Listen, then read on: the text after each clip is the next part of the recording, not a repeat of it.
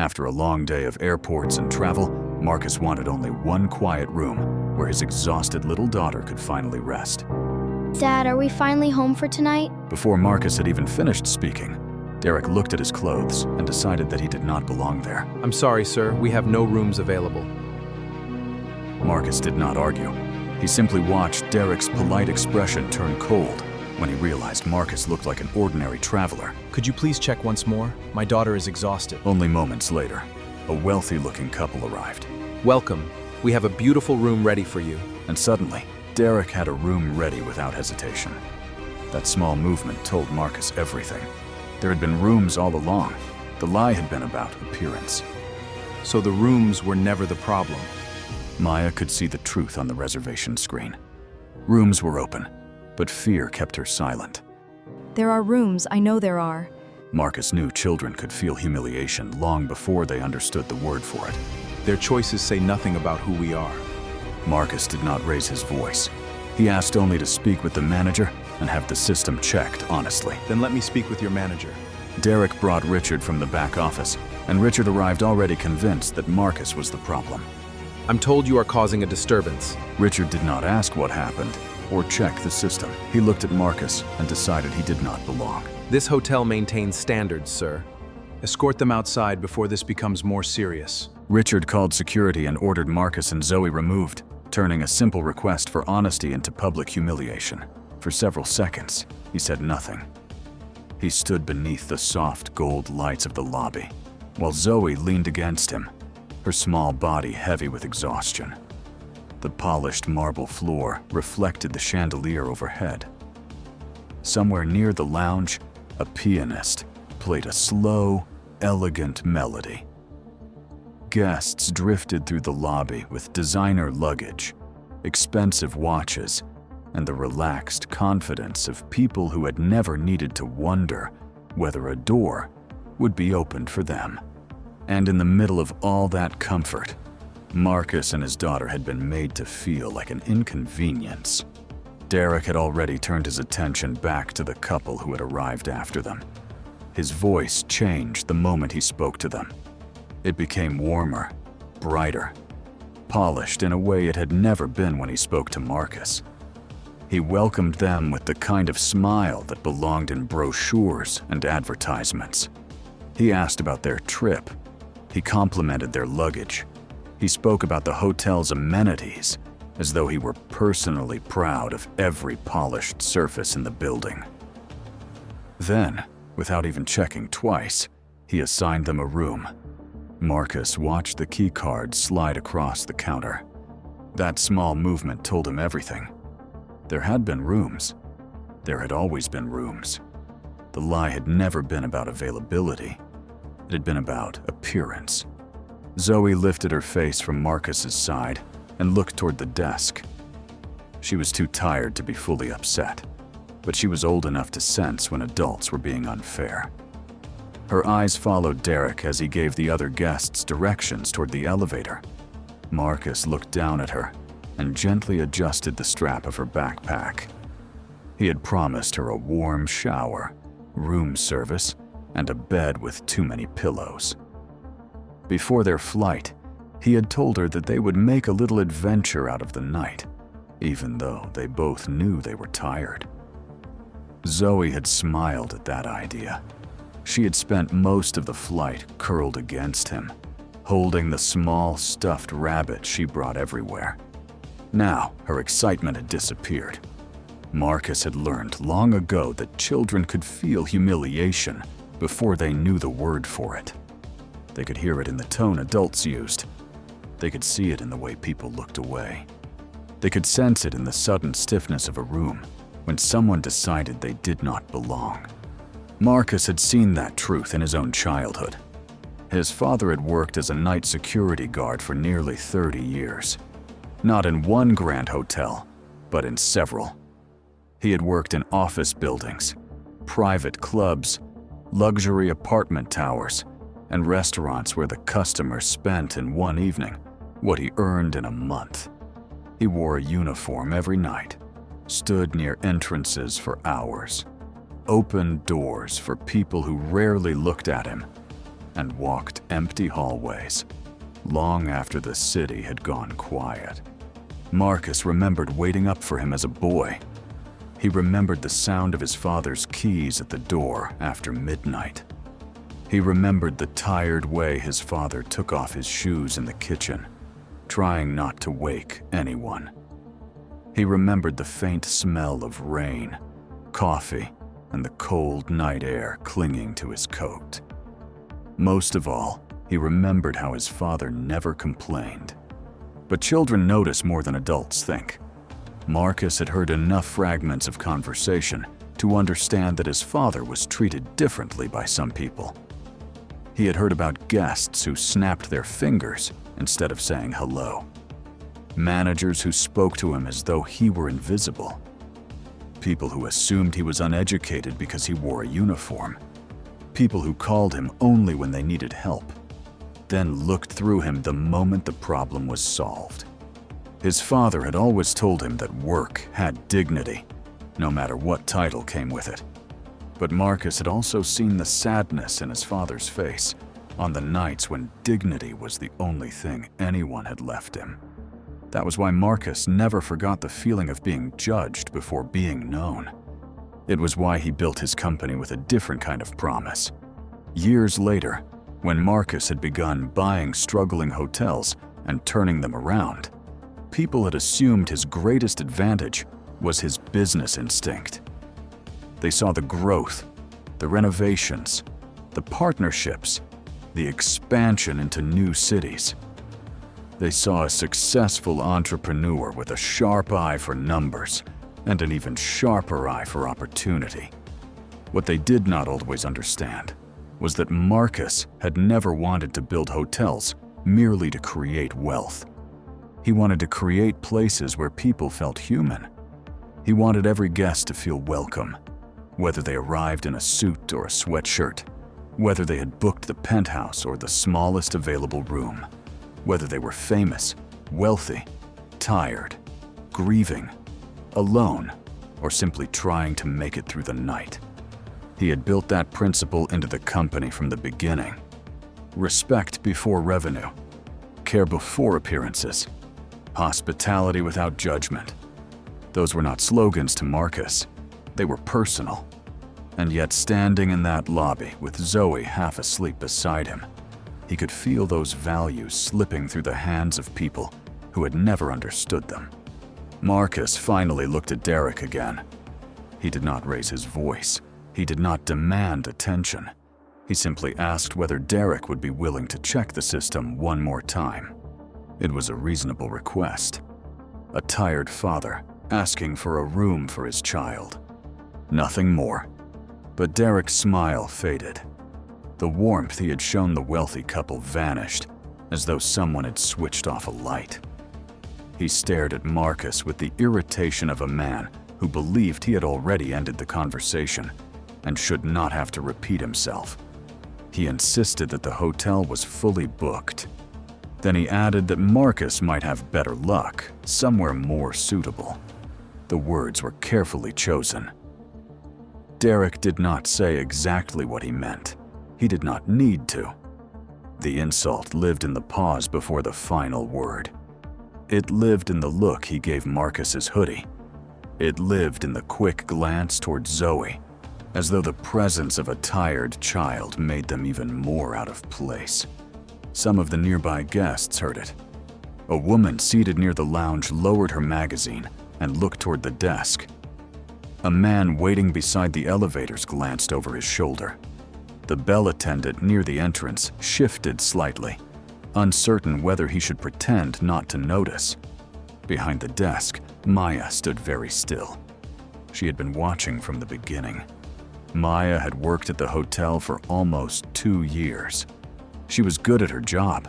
She remembered guest preferences, kept track of small details, and treated nervous travelers with patience.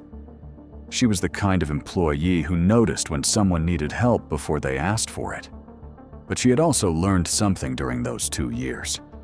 The hotel had rules on paper, and then it had unspoken rules in practice. Richard, the evening manager, had his favorites. Derek was one of them. Derek had been there longer. He knew how to flatter important guests. He knew how to make wealthy customers feel seen. He had a polished manner that management often mistook for excellence. But Maya had seen another side of him. She had watched him become impatient with guests who spoke with accents. She had seen him dismiss people who looked nervous about money. She had heard him make jokes in the break room about people who did not fit the image he believed the hotel should project. Maya had never agreed with him, but she had never openly challenged him either. She had told herself that she was trying to keep her job. She had told herself that speaking up would only make things worse. She had told herself that someone with more authority would eventually notice. But as she looked at Zoe, tired and confused beside her father, those excuses began to feel smaller. Maya could see the reservation screen from where she stood. She knew exactly how many rooms were available. There were 12 standard rooms still open, 4 junior suites, 2 family suites, and 1 corner suite on the 18th floor that had been held back for late arrivals. She could have said something. One sentence would have been enough. But fear had a way of making silence feel safer than truth. Marcus noticed her hesitation. He saw the way her eyes moved from the screen to Derek, then from Derek to Zoe. He saw the guilt settle into her face. He did not know her name yet, but he understood what he was seeing. Maya was not cruel. She was afraid. And fear, Marcus knew, could make good people stand still while something wrong unfolded in front of them. He turned his attention back to Derek. There was no anger in his voice when he asked whether he could speak with the manager. That request changed the atmosphere immediately. Derek's posture stiffened. For the first time that night, uncertainty flickered across his face. It lasted only a moment, but Marcus saw it.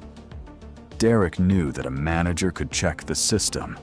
A manager could see that rooms were available. A manager could ask why a guest had been turned away while others were welcomed. But Derek also knew something else.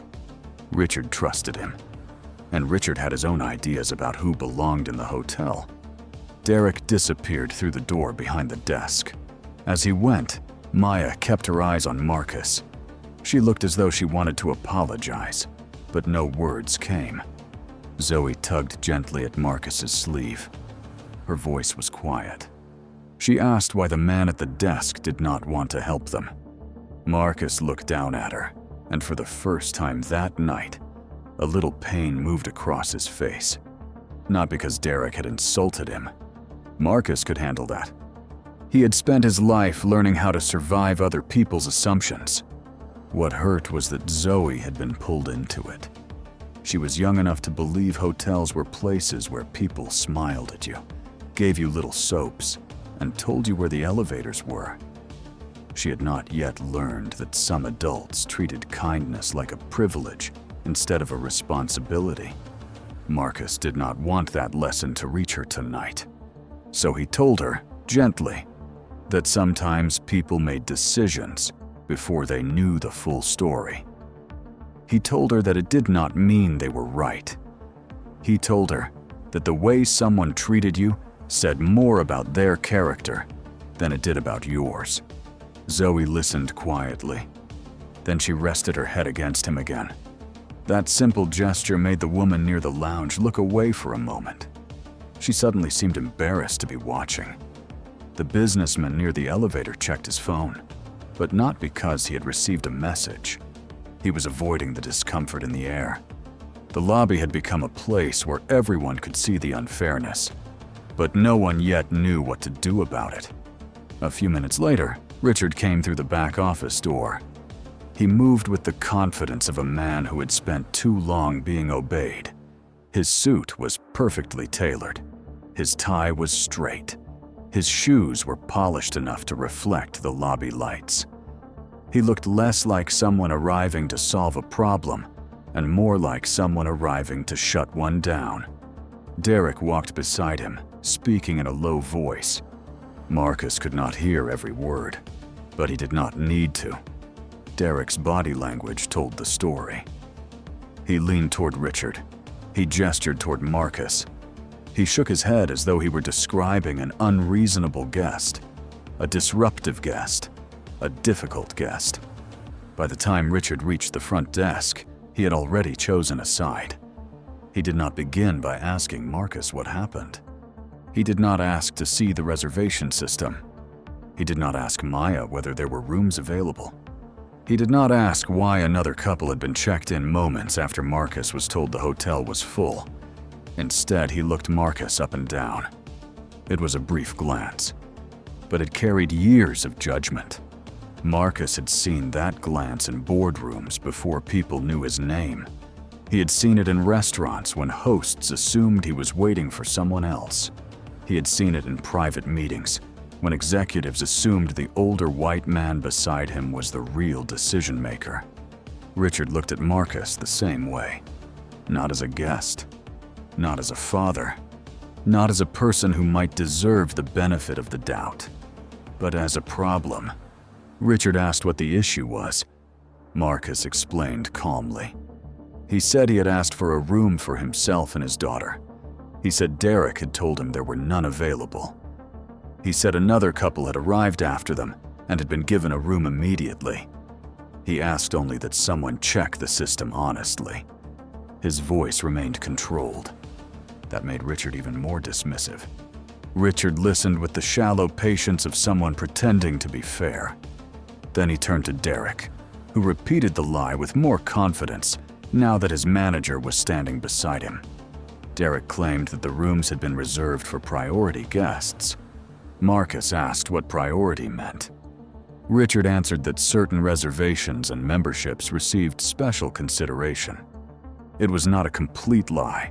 Luxury hotels did have systems for priority guests, but it was not the truth either. The rooms Derek had assigned were not reserved for anyone. The couple had simply walked in. No special membership had been checked. No priority status had been confirmed. Richard was using policy as a shield, and Marcus recognized it immediately. Policies were supposed to guide people toward fairness, but in the wrong hands they became excuses for cruelty. Marcus asked Richard to show him the policy. Richard's expression hardened. The request was still calm, still reasonable, but Richard heard it as a challenge. He told Marcus that guests did not get to demand internal documents. He suggested that Marcus was misunderstanding how luxury hospitality worked. He said the hotel maintained certain standards and that the staff had the right to make decisions that protected the experience of its guests. The words were polished. The meaning was ugly. Marcus looked around the lobby. He noticed the guests listening now. He noticed Maya's hands trembling slightly near the keyboard. He noticed the security guard standing near the entrance, who had been quietly summoned by Derek while Richard spoke. The guard was a broad-shouldered man named Daniel. He had worked in security for years. Unlike Derek and Richard, he did not appear smug or pleased by the situation. He looked uncomfortable. His eyes moved from Marcus to Zoe, then back to Richard.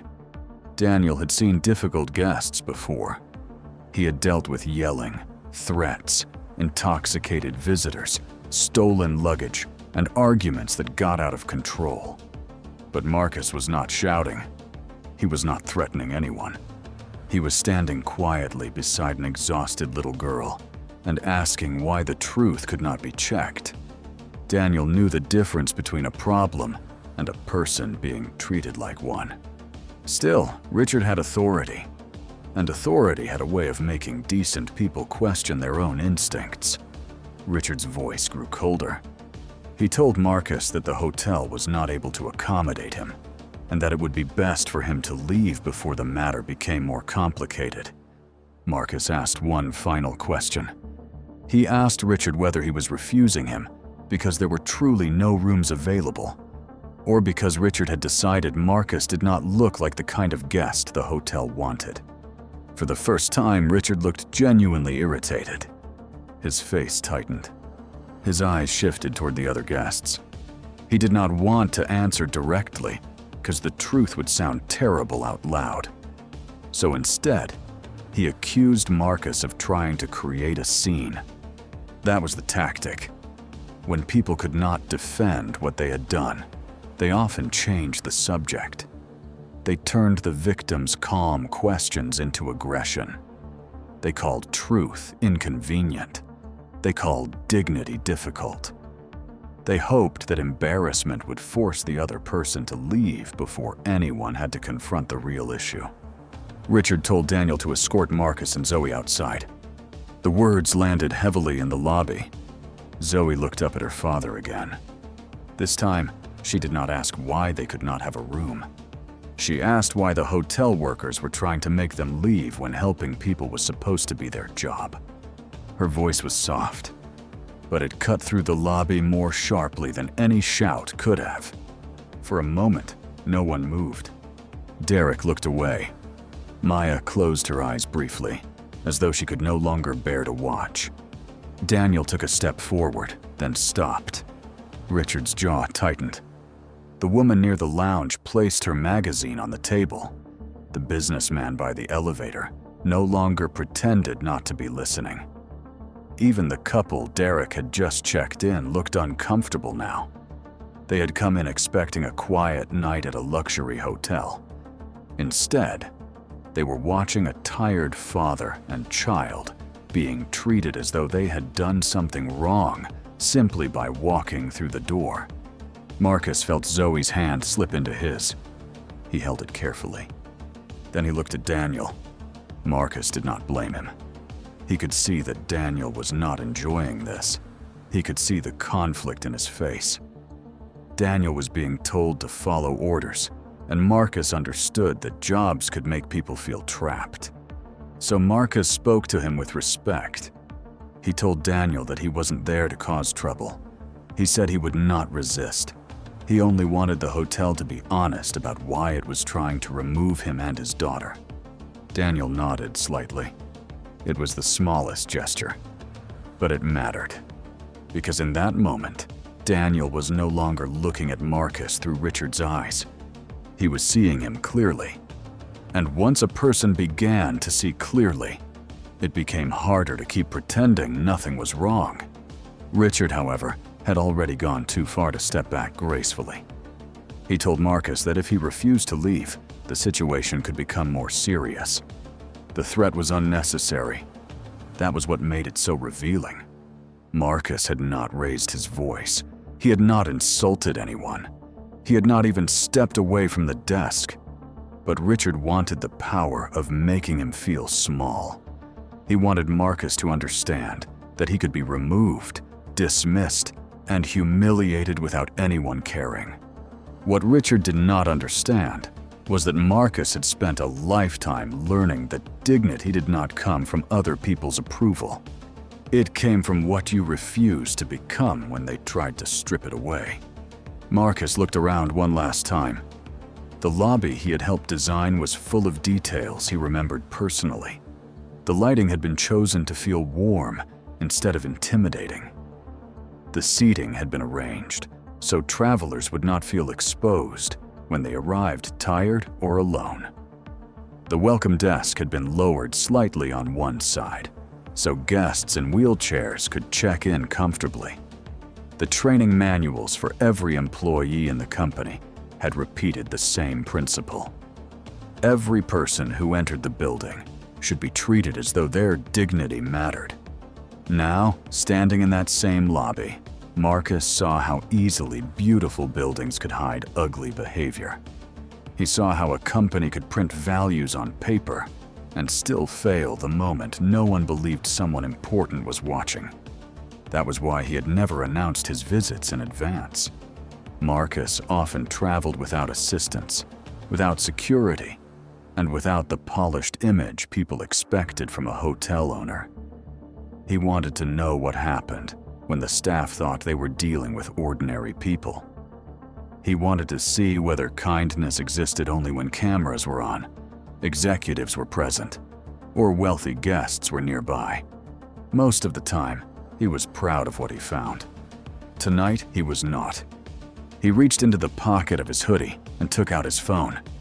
Derek watched with a faint smile, convinced Marcus was calling someone to complain.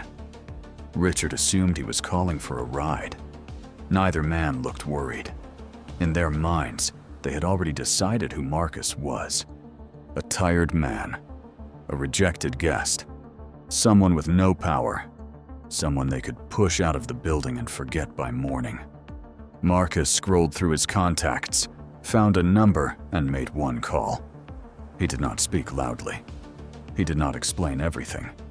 He only said that he was at the downtown property, that there had been a serious failure in guest treatment, and that he needed Thomas Webb to come to the lobby immediately. Then he ended the call.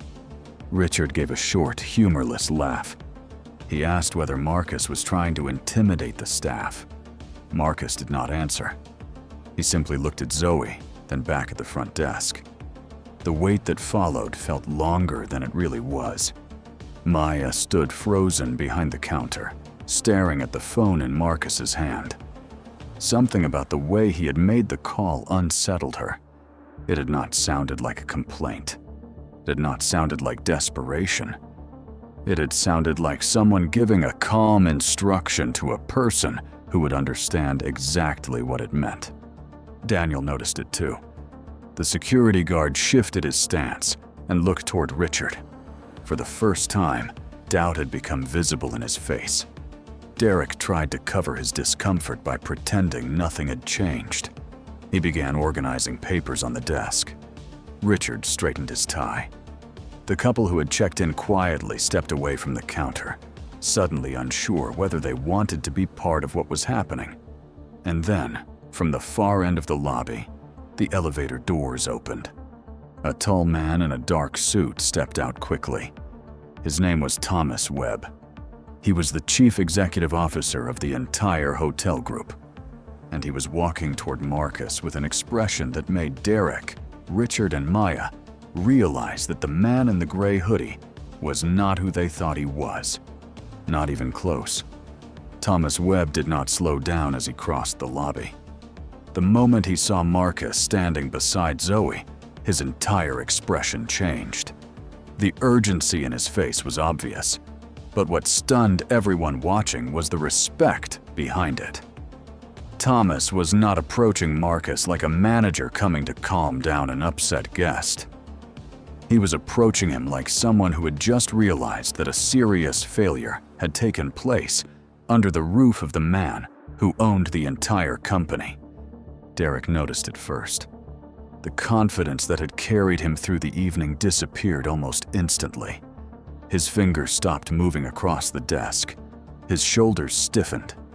He looked from Thomas to Marcus, then back to Thomas again, as though his mind could not make sense of what he was seeing. Richard's reaction was slower, but even more painful to watch. For several long seconds, he stood perfectly still. He had been so certain of himself moments earlier. He had believed the hotel belonged to people who looked polished, wealthy, and important.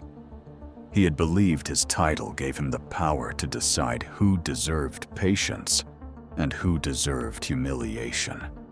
But now the chief executive officer of the entire hotel group was walking straight past him, not toward Derek, not toward the front desk, toward Marcus. Thomas reached Marcus and immediately apologized. He did not apologize in the vague, polished language managers often used when they wanted a problem to disappear. He apologized with the seriousness of a man who understood the damage had already been done. He said that he had come as quickly as he could. He said he had received Marcus's message and understood that something deeply wrong had happened. Then, in front of every guest, every employee, and every person who had watched the situation unfold, Thomas addressed Marcus with the title no one in that lobby had expected to hear. "Mr. Johnson." The silence became absolute. Maya's eyes widened. Daniel, the security guard, looked at Marcus again, but this time with a completely different understanding. The exhausted father in the gray hoodie was not simply a guest who had been treated unfairly. He was Marcus Johnson, the founder and owner of the hotel group. The man whose name appeared in annual reports, corporate training materials, investor conferences, and internal company messages. The man who had built the very hotel where Richard had tried to throw him out. Derek's face lost its color. Richard looked as though the floor beneath him had shifted. But Marcus did not look triumphant. That was what made the moment even heavier. He did not smile. He did not step forward to embarrass them. He did not enjoy the fear in their faces. Instead, he looked down at Zoe, whose hand was still wrapped around his, then back at Thomas. Marcus told him that he had come to the hotel after a long flight with his daughter. He had asked for one room. He had been told there were none available. Then he had watched another couple receive a room only moments later. He explained that when he asked for clarification, he had been treated as a problem. When he asked for a manager, he had been judged before anyone checked the facts. And when he refused to accept a lie, he and his tired child had been threatened with removal from the building. Thomas listened without interrupting. His expression grew harder with every sentence. Marcus did not exaggerate. He did not need to. The truth was already standing in front of everyone. The reservation system was behind the desk. Maya had seen the available rooms. Daniel had heard Richard's order. The guests nearby had witnessed Derek's sudden change in attitude when the well-dressed couple entered. There was no confusion left, only accountability. Thomas turned to Richard first. He asked whether Marcus's account was accurate. Richard opened his mouth, but for the first time that night, he had no polished explanation ready. He tried to say that there had been a misunderstanding. He claimed that Derek had been following procedure. He suggested that the situation had become difficult because Marcus had challenged the staff in front of other guests. But even as he spoke, the weakness of his words became obvious. He had not checked the system. He had not asked Maya what she saw. He had not investigated the available rooms. He had not shown concern for Zoe. He had only looked at Marcus and decided that someone dressed like him did not deserve the same respect as someone dressed in expensive clothes. Thomas asked Richard a simple question. He asked whether the hotel's standards included judging guests by their appearance. Richard could not answer, because there was only one honest answer, and everyone knew it. Then Thomas turned to Derek. Derek tried to defend himself by claiming he had assumed the rooms needed to be held for preferred guests. He said he had been trying to protect the hotel's reputation. He said that he had not intended to insult Marcus or Zoe. But Marcus looked at him with a calm disappointment that was more powerful than anger. He told Derek that the problem was not whether Derek knew his identity. The problem was that Derek had believed it was acceptable to lie to a father and child because he thought they had no power. Marcus explained that respect was not something guests earned by wearing the right clothes. It was not a reward for wealth, status, or influence. It was the minimum every person deserved before anyone knew their name. Derek lowered his eyes. He had no answer for that either. Thomas asked Maya to step forward. At first, she looked frightened.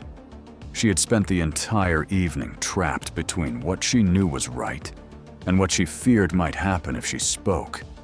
Her hands were shaking slightly as she came around the desk. She looked at Marcus, then at Thomas, then at Richard. Thomas asked her whether rooms had been available. Maya hesitated. For one painful second, it seemed as though fear might win again. Then she looked at Zoe. The little girl was still tired, still quiet, still holding her father's hand. But there was something about seeing Zoe there that finally broke through Maya's silence. She told the truth. She said there had been rooms available from the beginning. She said Derek knew it. She said she had seen open rooms in the system. She admitted that she had been afraid to challenge him because Richard always took Derek's side. She admitted that she should have spoken sooner. Her voice trembled as she said it. But once the truth started, it did not stop. Maya explained that this was not the first time Derek had judged guests based on appearance. She had seen him speak differently to people who seemed wealthy and important. She had seen him dismiss guests who looked uncertain, tired, or out of place. She had kept quiet because she had believed that speaking up would cost her the job she needed. Richard looked at her with disbelief, not because he was shocked by what Derek had done, but because he was shocked that Maya had finally found the courage to say it. Thomas listened carefully. Then he asked Daniel what he had witnessed. The security guard looked toward Richard, then toward Marcus. Daniel did not rush his answer. He was clearly uncomfortable being placed in the middle of the situation. But he spoke honestly. He said Marcus had never been aggressive. He said Zoe had been visibly exhausted. He said Richard had ordered him to escort them out, despite the fact that Marcus had only asked for a truthful explanation. Daniel admitted that he had known something felt wrong. He said he should have questioned the order sooner. Marcus nodded slowly. He understood what it meant for Daniel to say that in front of his manager. It took courage to admit when fear had almost made you part of an injustice. Thomas looked around the lobby. By then, no one was pretending not to watch. The woman near the lounge had stood up. The businessman by the elevator had moved closer. Even the couple who had been checked in ahead of Marcus looked ashamed. They had not asked for special treatment, but they had benefited from it without realizing someone else had been denied. Thomas addressed the entire room. He said that this hotel had not failed because a guest complained. It had failed because employees had forgotten the purpose of hospitality. The building was beautiful. The rooms were expensive. The service was supposed to be exceptional. But none of that mattered if a tired father and his child could walk through the front doors and be treated as though they were less worthy than everyone else. Then he looked directly at Derek. Thomas informed him that he was being terminated immediately. Derek stared at him. The words seemed to take a moment to sink in. He had believed the front desk gave him power. He had believed he could decide who deserved warmth and who deserved rejection. He had used a lie about room availability to make someone feel small. And now, in the same lobby where he had tried to deny Marcus a place to stay, he was losing the job that had made him feel important. But Derek's termination was not simply because he had insulted the owner. Marcus made that clear. Derek was being fired because he had lied to a guest, because he had judged people by appearance, because he had used the hotel's name to make cruelty look like policy, and because he had forgotten that hospitality was not a costume you wore for wealthy people. It was a responsibility. Derek tried to speak. He tried to explain that he had not known who Marcus was. Marcus stopped him gently. He told Derek that knowing would have changed nothing. That was the point. Derek should have treated Marcus with dignity, even if he had been an unknown traveler with no money, no title, and no influence. He should have treated Zoe with kindness because she was a tired child, not because she happened to be the daughter of the hotel owner. The truth settled over the lobby like a weight. Then Thomas turned toward Richard. Richard had been quiet for several minutes. His face had become stiff and pale. He seemed to understand that his position was no longer safe, but he still tried to hold on to the authority that had failed him. He said he had been following the information given to him. He said he had trusted his senior employee. He said he had been trying to protect the hotel from disruption. Marcus listened without expression. Then he reminded Richard that leadership was not about blindly protecting the people beneath you. Leadership was about asking questions when something did not feel right. It was about defending fairness even when it was inconvenient. It was about protecting guests, employees, and the values of the organization. Richard had not done any of those things. He had not checked the facts. He had not listened to Marcus. He had not noticed Zoe. He had used his position to make another human being feel powerless. And when he saw a man in a hoodie asking for fairness, he had decided that humiliation was easier than investigation. Thomas informed Richard that he was also being terminated, effective immediately. The difference between Derek and Richard was important. Derek had started the lie, but Richard had made it dangerous. He had taken a moment of prejudice and turned it into public humiliation. He had taken a tired father's request for a room and treated it like a threat. He had ordered security to remove a child from the hotel rather than admit that his employee might be wrong. That was why the consequences had to be serious. Richard's title had not protected him. His suit had not protected him. His confidence had not protected him. Because in the end, the power he thought he had was never meant to make others feel small. It was meant to make them feel safe. Marcus stood quietly as Derek and Richard were asked to leave the front desk area. Neither man received the scene they might have expected. No shouting, no dramatic revenge, no cruel words thrown back at them. Marcus did not need to humiliate them. Their own choices had already done that.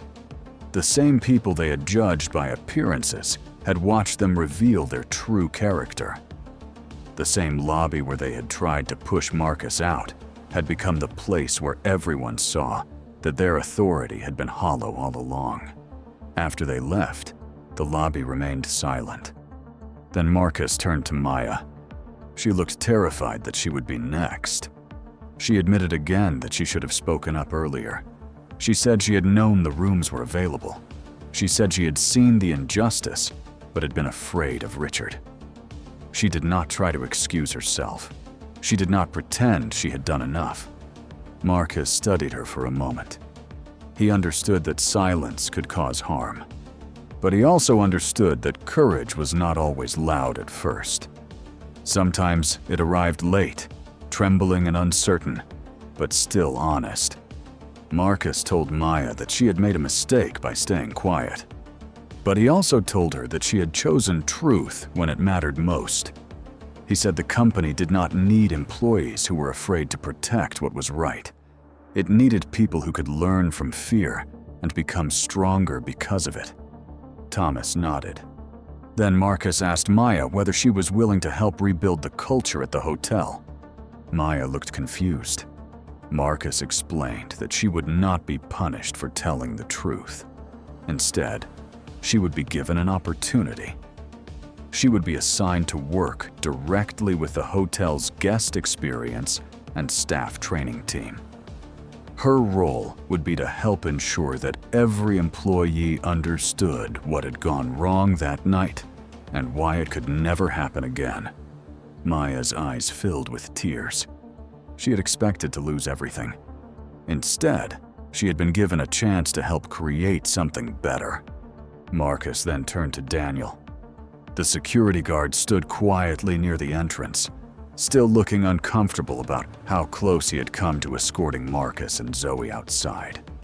Marcus thanked him for stopping before the situation went further.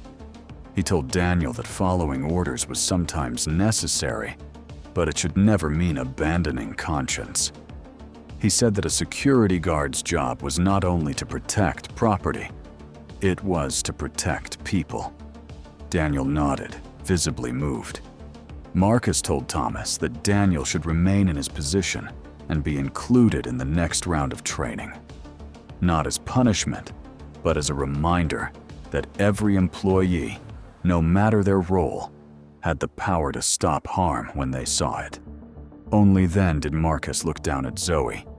The entire time, she had remained close to him. She had watched the adults change their voices. She had seen the people who were cold to them suddenly become nervous. She had seen her father remain calm, while everyone around him seemed to lose control. Marcus bent slightly and asked her if she was still tired. Zoe nodded.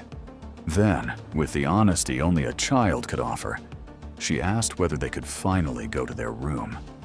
The lobby softened. A few people smiled through the tension.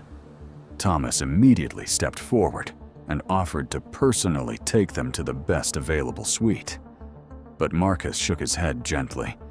He did not want the best room, because everyone now knew who he was. He wanted the room they should have been offered from the beginning.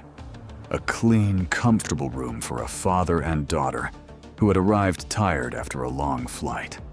Nothing more, and nothing less. Thomas understood. He asked Maya to prepare one of the family suites and make sure Zoe had everything she needed.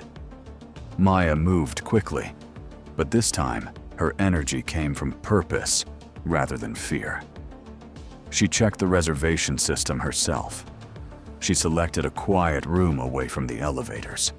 She arranged for warm food, extra blankets, a child-sized robe, and a small basket of snacks. When she handed Marcus the key cards, her hands were steadier. She apologized again. Marcus accepted the apology, but he reminded her that the best apology was not what she said tonight. It was what she chose to do tomorrow. That night, Marcus and Zoe finally rode the elevator upstairs. As the doors closed, Zoe leaned against him and asked whether the hotel workers knew who he was now.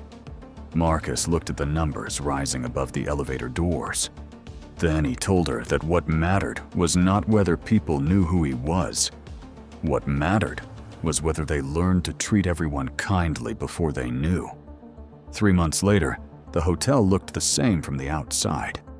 The marble still gleamed. The chandelier still hung above the lobby. The piano still played near the lounge. But inside, something had changed. Maya had become part of a new training program created across the entire hotel group. She was no longer just a receptionist trying to survive a difficult workplace. She had become a leader in guest experience, helping employees understand that hospitality was not about recognizing wealthy faces. It was about seeing human beings.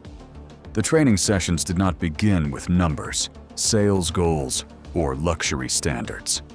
They began with one question: how would you treat this person if you believed they had nothing to offer you? That question changed everything. Employees were taught to notice the tired parent, the nervous traveler, the older couple counting money carefully before checking in, the guest whose clothes did not match the hotel's expensive image, and the person who looked like they had nowhere else to go. They were taught that dignity should never depend on appearance. Daniel remained in security. He became known for his calm, respectful way of handling tense situations. He never forgot the night he almost followed an order he knew was wrong. And because he remembered it, he became more willing to speak up when something did not feel right. One rainy evening, 3 months after Marcus and Zoe had been denied a room, a family walked into the lobby. The father wore a faded jacket. The mother carried a sleeping toddler. Their luggage was old, and their shoes were wet from the rain. They looked exhausted. They looked uncertain. They looked like the kind of people Derek and Richard might once have dismissed before even hearing their names. But Maya saw them immediately. She stepped out from behind the desk before they had to ask for help. She welcomed them warmly. She asked whether they had traveled far. She noticed the child asleep against the mother's shoulder and offered them a quiet room away from the elevator. She did not look at their clothes. She did not look at their luggage. She did not make them prove that they belonged. She simply treated them as people who needed kindness. From the far side of the lobby, Marcus watched quietly. He had stopped by the hotel again without an announcement. This time, Zoe was with him too, holding her stuffed rabbit and looking much more awake than she had been 3 months earlier. She watched Maya help the family. Then she looked up at her father and smiled. Marcus smiled back.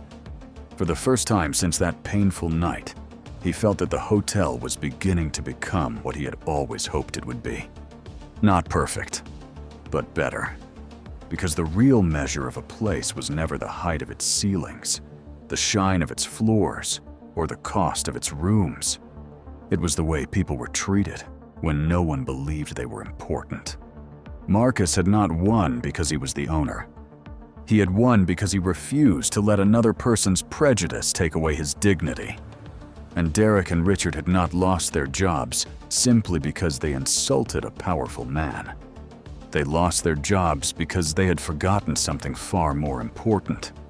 They had forgotten that every person deserves respect before they are asked to prove who they are. Because real character is not revealed by how we treat people who can reward us. It is revealed by how we treat the people we think cannot. And sometimes, the person standing quietly in front of you is not just a stranger. Sometimes, they are the moment that reveals who you truly are. If you believe kindness should never depend on status, share this story and tell us in the comments.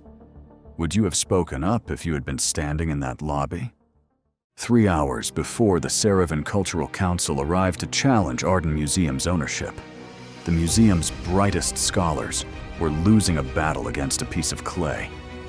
We cannot let the council see uncertainty.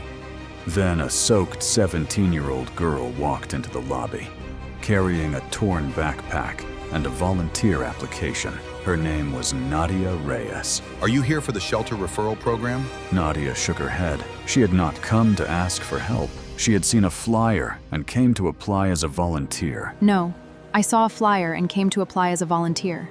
But when she glanced at the digital scan of the ancient charter, her expression changed. She stepped closer to the screen. That tablet is upside down. The scholars turned toward Nadia in disbelief. Dr. Julian Mercer noticed her claim, not with curiosity, but with immediate contempt. You are saying every scholar in this building has been reading it wrong? Dr. Mercer asked where exactly she had learned to read a language trained experts had struggled with for years. And where exactly did you learn what trained experts could not? Nadia tightened her grip on her backpack. Then she answered that her mother had taught her everything she knew. My mother taught me. Then Nadia looked directly at Mercer and said the name he had hoped never to hear again, Elena Reyes. Elena Reyes. For the first time that morning, Dr. Julian Mercer looked afraid. The lobby became so quiet that Nadia could hear rain striking the windows. Mercer called Elena a former employee who had worked briefly as a restoration technician, trying to make Nadia's mother sound insignificant. Your mother worked here briefly. That is all. Nadia said the writing was not meant to be read from left to right, and that the marks along the edge were directional guides. Those marks are not cracks. They tell you where to begin. Nadia explained that the sentence began at the border and curved inward. Her mother had given that route a name Mercer clearly recognized. My mother called it the Guardian's Path. My mother called it the Guardian's Path, Nadia said. The phrase landed heavily.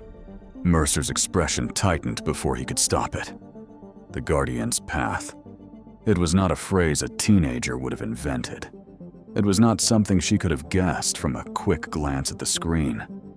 Elena had used those exact words in her notes.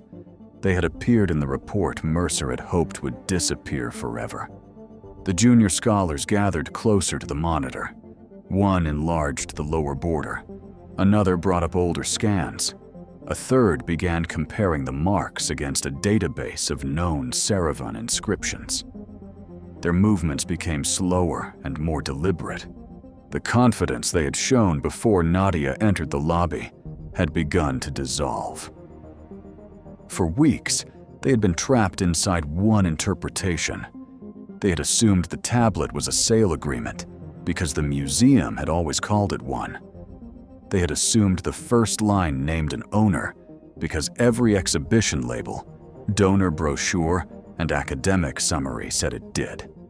They had not tested the possibility that the first line was being read in reverse. Evelyn Hart noticed the shift. She had been standing near the reception desk moments earlier, balancing a phone call from the board with messages from legal counsel and a growing stack of problems that no one else seemed willing to solve. Evelyn was not a historian.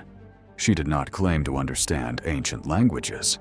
Her work was more immediate and less romantic. She managed budgets, staff conflicts, insurance concerns, donors, building permits, public relations disasters, and the 1,000 small emergencies that kept Arden Museum functioning. But she understood risk, and the silence around the research screen was beginning to sound like risk. She ended her call and stepped closer. Her eyes moved from the tablet to Nadia, then from Nadia to Mercer. She asked whether the reading direction had ever been tested, using the border marks as guides. No one answered immediately.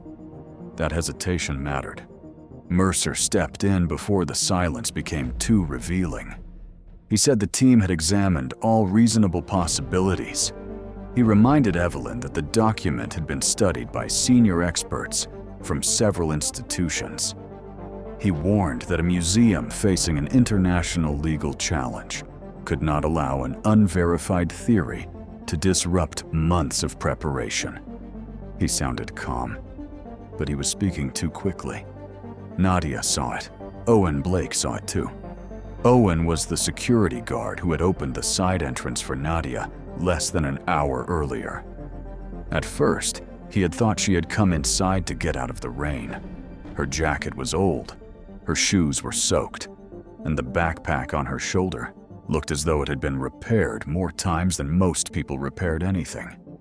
He had almost sent her away. Now he stood near the edge of the lobby, watching the museum's most respected scholar become unsettled by a phrase from an old notebook.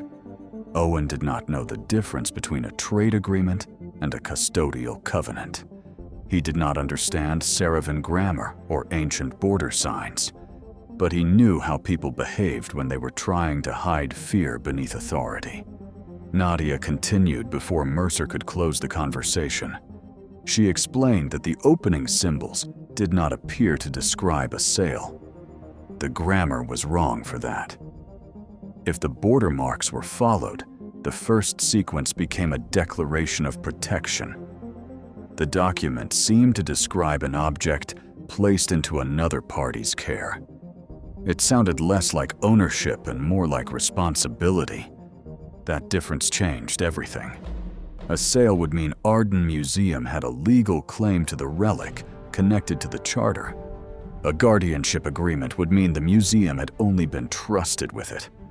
And if that trust came with conditions, the museum could lose much more than an artifact.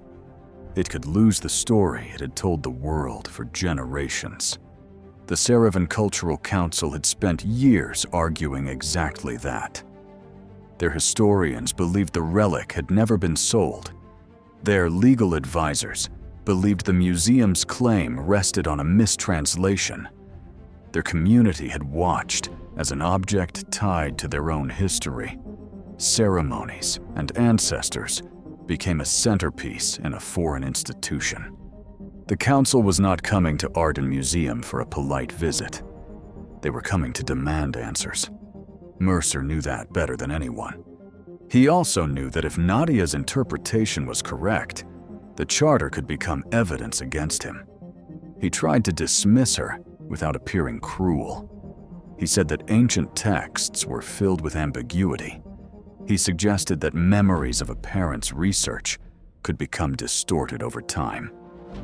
He described Nadia's observations as interesting, but incomplete, the kind of thing that should be left to trained professionals. To anyone who did not know him, it might have sounded reasonable, but Nadia heard the message beneath it. You do not belong in this room. You do not understand what you are touching. You should be grateful that we are even listening. For a moment, she felt the old instinct disappear. She had felt it in school when teachers saw the name of the youth shelter on her records. She had felt it at social service offices when adults spoke over her as though she were a problem waiting to be processed. She had felt it at job interviews when people looked at her carefully repaired shoes and decided not to ask another question. Her mother had once told her that poor people were often expected to be grateful just for being allowed inside a room. But Elena had also told her something else. When someone becomes uncomfortable because of a question, that question is usually worth asking. Nadia opened her backpack. Inside was an old leather notebook. The cover had cracked at the corners. Several pages were held together by faded thread. The notebook had traveled with Nadia through every difficult year after her mother died. It had survived moves, shelters, temporary rooms, donated furniture, and nights when Nadia slept with it beneath her pillow because she was afraid someone might take it. To anyone else, it was only a worn book. To Nadia, it was the closest thing she had to hearing her mother's voice again. She opened it carefully. The pages were filled with copied symbols, restoration sketches, arrows, questions, and notes written in Elena Reyes's neat, steady handwriting. Some of the pages showed the Serevan Charter from different angles. Others contained close studies of the border marks. One page held a rough drawing of a narrow triangular fragment, its edges covered with small symbols. Near the bottom, Elena had written 3 words.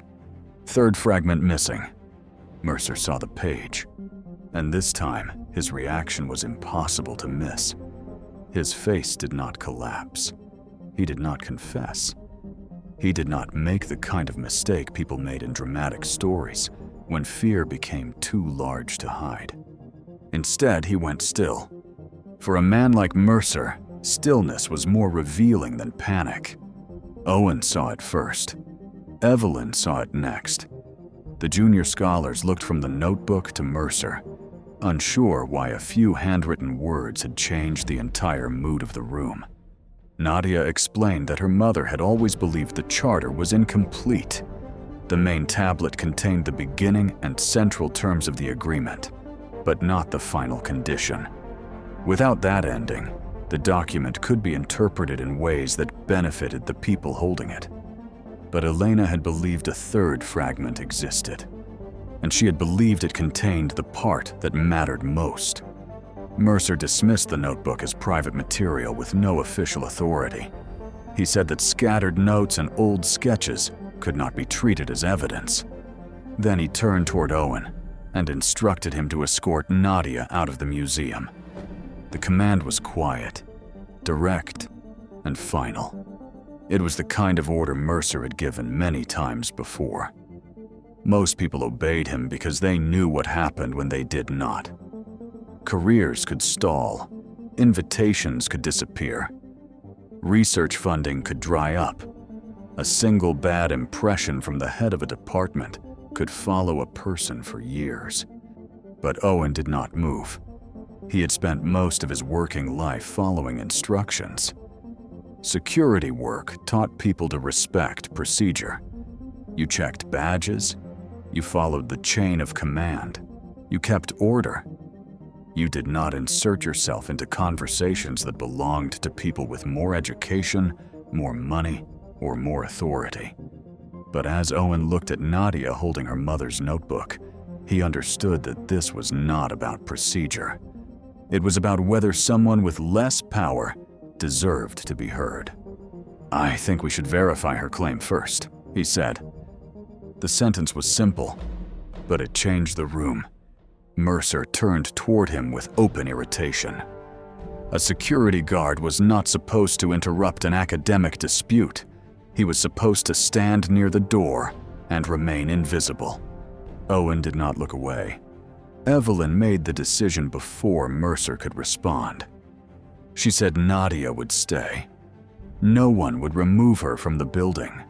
No documents connected to Elena Reyes would be taken out of the museum. And no final presentation would be given to the Serevan Council until the old research records had been reviewed. Mercer tried to protest. Evelyn stopped him. She took the notebook from Nadia and studied the sketch of the triangular fragment. The shape appeared to fit along the lower edge of the Saravan Charter. Elena's handwriting was old, but the detail was precise. This was not the careless scribbling of someone guessing at a mystery. It was the work of a person who had spent long hours looking at something everyone else had ignored. Then another folded page slipped from the notebook. It fell onto the marble floor. Owen bent down and picked it up. The paper had yellowed with age. Most of it had been torn away, leaving only the bottom section intact. But that was enough. At the lower edge was a red administrative note. Further review suspended pending departmental authorization. Below it was a signature, Dr. Julian Mercer. Owen handed the page to Evelyn. She read it once, then again. Mercer said the report had been preliminary. He said Elena had raised questions that could not be proven at the time.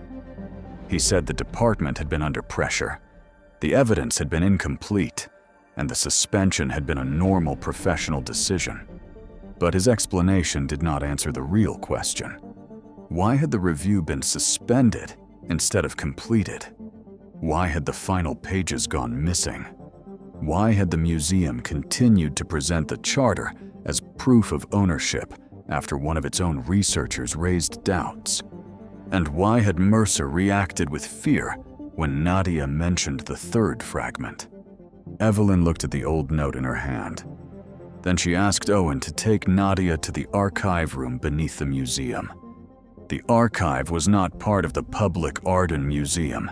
Visitors saw marble floors, bright galleries, climate-controlled display cases, and carefully chosen labels. The archive was where the less polished history lived. It sat below the galleries behind gray doors and narrow corridors. Metal shelves held old photographs, personnel files, maintenance records, restoration logs, rejected reports, and documents that had not been touched in years. It smelled of dust, paper, cardboard, and cold metal. For Nadia, it felt strangely familiar. Her mother had once worked in rooms like that. Not under gallery lights, not beside wealthy donors.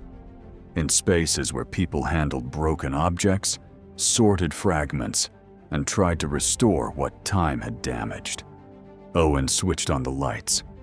Rows of shelves stretched ahead of them. At first, Nadia found only small traces of Elena. Her name appeared in old staff rosters, payroll forms, inventory lists, and repair schedules. She was described as a technician, an assistant, a support employee. Never a researcher. Never a contributor. Never someone who had asked questions important enough to threaten the museum's official story. The absence hurt more than Nadia expected. It was one thing to know that her mother had been dismissed. It was another to see how completely her work had been erased. Owen searched through boxes marked with old project names. Nadia moved slowly between cabinets, checking dates and labels. The Saravan Charter had been studied in several phases over the years. The museum had recorded every restoration material, every temperature change, every crack, every photograph. Yet somehow, the final fragment had vanished from the story. Then Nadia found a photograph. It had been taken during an excavation exhibit opening 12 years earlier. Dr. Mercer stood near the center, younger but instantly recognizable, smiling beside donors, visiting scholars, and senior museum officials. Near the edge of the picture, almost cut off by the frame, stood Elena Reyes. She was holding a padded tray. On the tray were several clay fragments. One of them was narrow and triangular.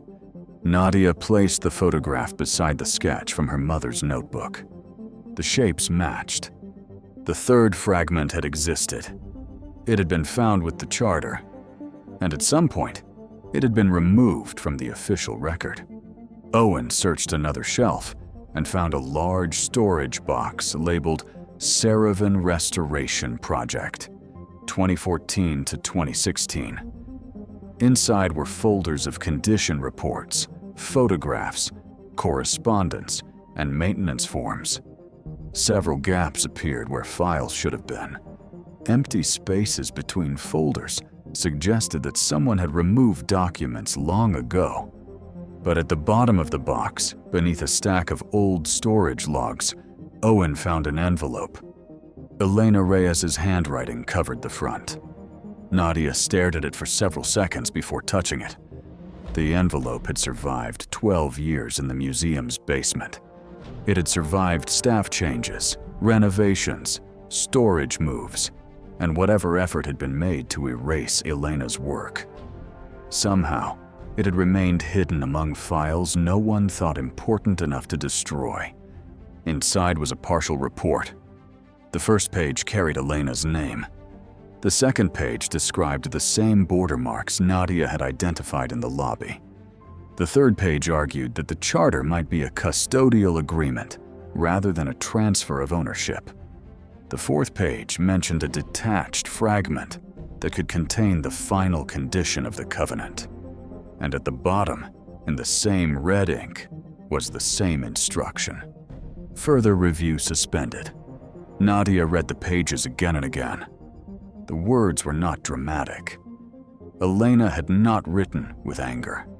She had written carefully, professionally, and with the restraint of someone who knew that evidence mattered more than emotion. But between the lines, Nadia could see her mother's loneliness. Elena had been right. She had known something was wrong. She had tried to tell people with the authority to investigate.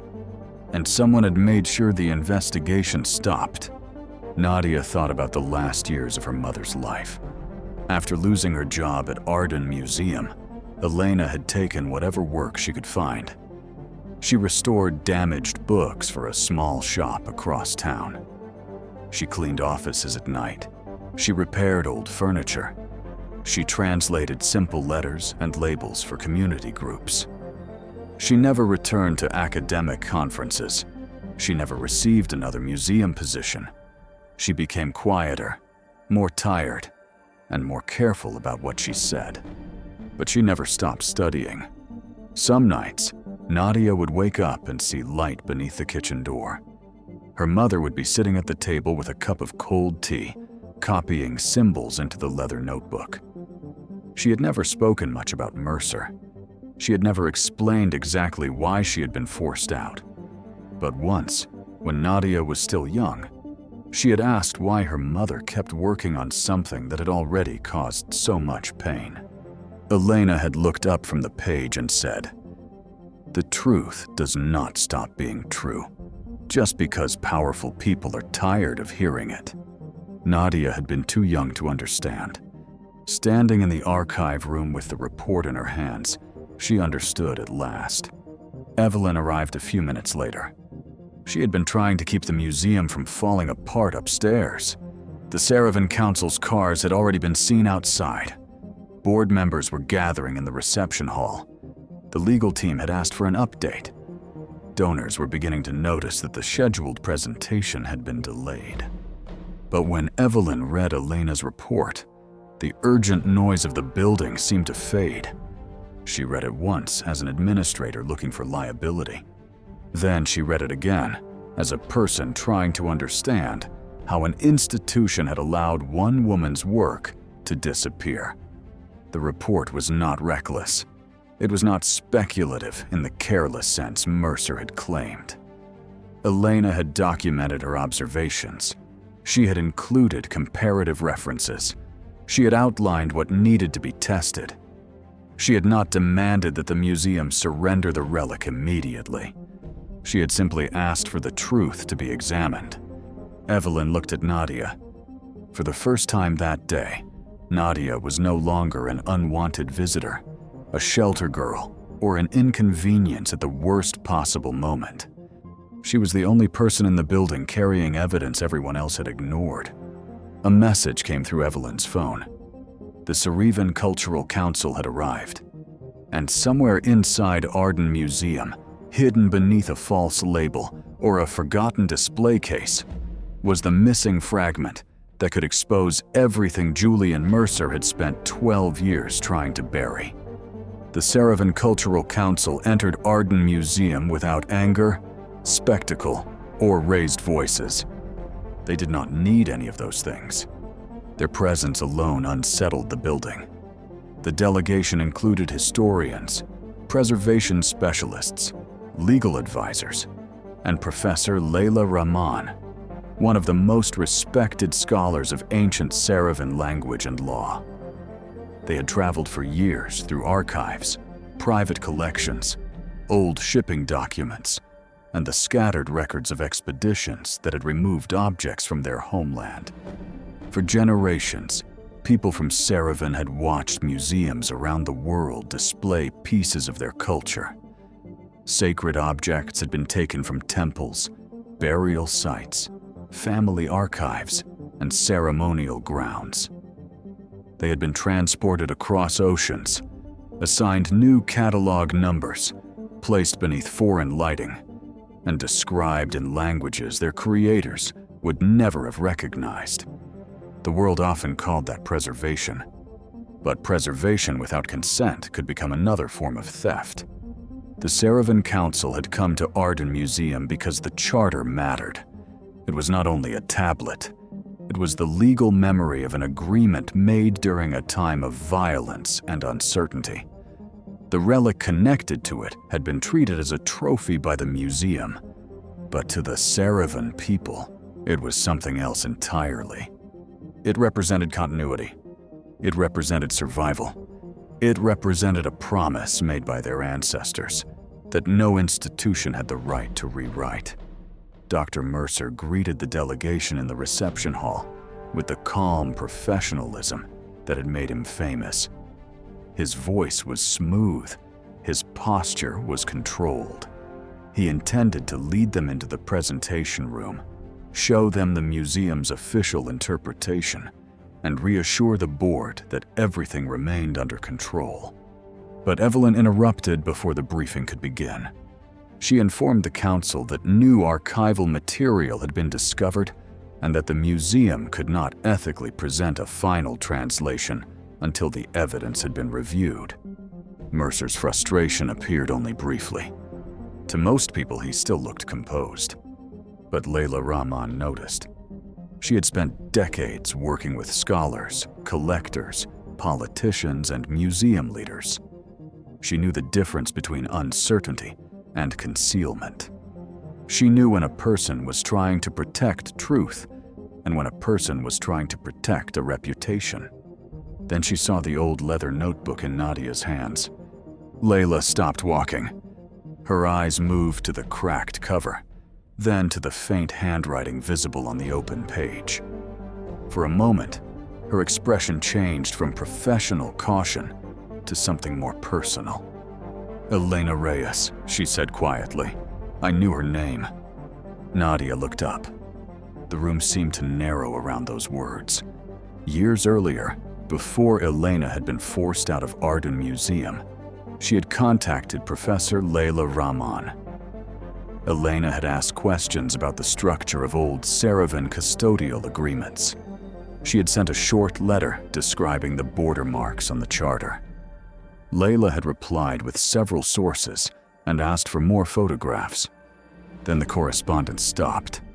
Layla had never known why. She had assumed Elena had been discouraged. She had assumed the museum had chosen a different direction. She had assumed, as people often assumed when someone disappeared quietly from an institution, that the person must have made a mistake. Now, seeing Nadia, the notebook, and the partial report, Layla understood what had really happened. Elena had been silenced. Nadia showed her the report from the archive, the old photograph, and the sketch of the triangular fragment. Layla examined them carefully. She did not rush to make a grand claim. She asked questions. She compared dates. She looked at the handwriting. She studied the directional markings drawn by Elena beside the tablet. Then she said that the evidence deserved to be taken seriously. That was enough. For the first time, Mercer was no longer controlling the conversation. Nadia remembered another detail from the notebook. The sketch of the missing fragment had been drawn beside a rough outline of the museum's upper gallery. Her mother had written a short sentence beneath it, one Nadia had never fully understood. The final promise was moved where no one would think to read it. Nadia thought of the photograph she had found in the archive. Behind Elena and Mercer, almost hidden by the group of donors, had been a familiar display case. It stood in the upper gallery beside a bronze ceremonial mask. Nadia remembered seeing it years ago when her mother had once brought her to the museum before everything changed. The clue had been there all along. The group moved toward the upper gallery. Mercer tried to stop them without seeming like he was stopping them. He argued that the museum should follow established procedure. He said the council should not be drawn into an internal archival disagreement. He suggested that the search for a missing fragment could take days, perhaps weeks, and that it would be irresponsible to make conclusions before the proper team had examined every record. But his argument only made Evelyn more certain. A man who believed the fragment did not matter would not be trying so hard to delay the search. The upper gallery was quieter than the rest of the museum. Most visitors had been redirected because of the unexpected meeting. Rain darkened the tall windows, turning the city outside into a blurred gray landscape. The bronze ceremonial mask sat behind glass at the center of the room, its surface reflecting faint gold light. Beside it was a small display case containing several fragments that had been labeled as decorative objects of uncertain origin. One of them was triangular. It was smaller than Nadia expected, smaller than the fear it had caused, smaller than the years of silence built around it. It rested on dark velvet beneath a short museum label that made it sound meaningless. Decorative clay fragment, origin uncertain. Nadia stood before the glass and felt something cold move through her chest. For 12 years, the truth had been sitting in plain sight. Visitors had walked past it. Scholars had walked past it. Donors had walked past it. Mercer had walked past it every day, knowing exactly what it was. The conservator carefully opened the case. The fragment was removed and placed beside a high-resolution image of the Saravan Charter. The shape aligned with the lower border. The clay composition looked similar. The small directional marks along one edge matched the signs Nadia had identified on the main tablet. Professor Layla leaned closer. Then she looked at Nadia. "It fits," she said. The words carried through the gallery. Mercer immediately tried to dismiss the discovery. He said that fragments could be misleading. He said that similar clay did not establish legal meaning. He said that objects from the same region could resemble each other without belonging together. But Evelyn had already requested the old catalog records. A staff member arrived with digital copies from the museum database. The history of the triangular fragment appeared on the screen. Years earlier, it had been listed as part of the Saravan Restoration Project. Then, 11 years before, its catalog number had been changed. Its link to the charter had been removed. Its classification had been rewritten. Instead of a missing section of a legal tablet, it had become a decorative fragment of uncertain origin. The authorization belonged to Dr. Julian Mercer. This time, no explanation could make the fact disappear. The fragment was taken to the research wing under the supervision of the conservator, Layla, Evelyn, and members of the Saravan Council. The charter was brought from its secure case and placed beneath specialized imaging equipment. Scholars gathered around the monitors. Lawyers stood near the doorway. Board members arrived quietly, their faces pale as they realized the museum's crisis was no longer private. Nadia stood at the edge of the room with her mother's notebook held against her chest. The same people who had ignored her in the lobby were now waiting for the evidence she had led them to reveal itself. At first, the scan showed only dark clay, scratches, and the cloudy residue of an old protective coating. The conservator adjusted the lighting frequency.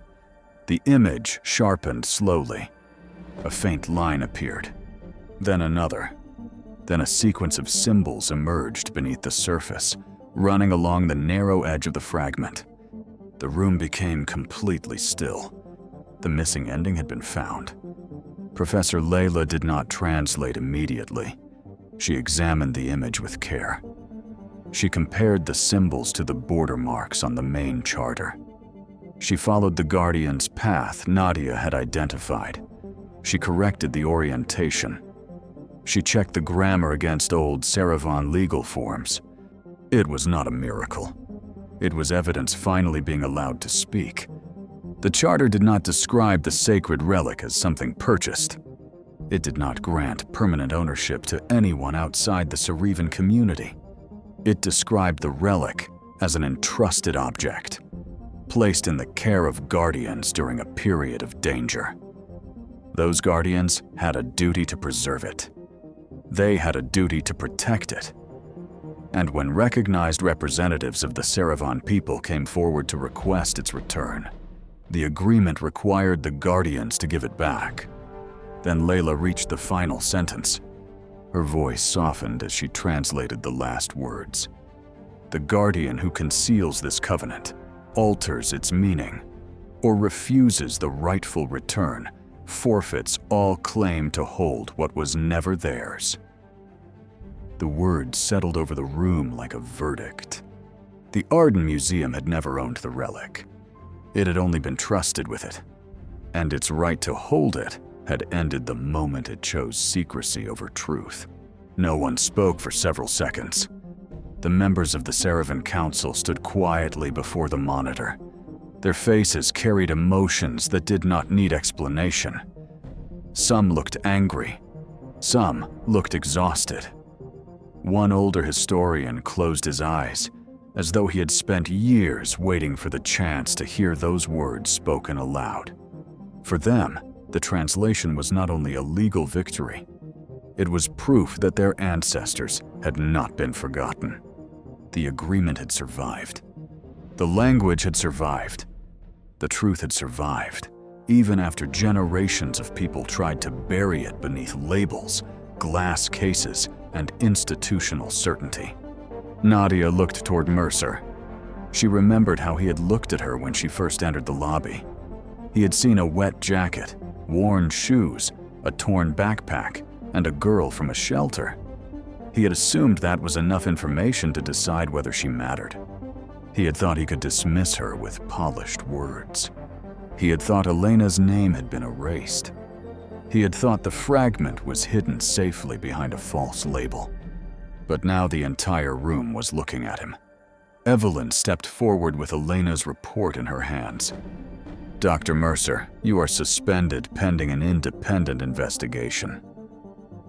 Mercer tried to argue that the museum could not make such a decision based on a single translation.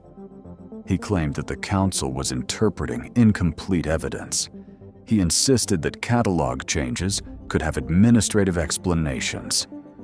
He tried to make the truth sound complicated again, because complication had protected him for years. But the evidence was no longer a single translation. It was 12 years of hidden reports. It was altered catalog records. It was a missing fragment reclassified under his authorization. It was Elena's research. It was Nadia's notebook. It was the fear on his face every time someone came too close to what he had done. No one came to defend him. The scholars who had once treated him as untouchable stood in silence. The board members avoided his eyes.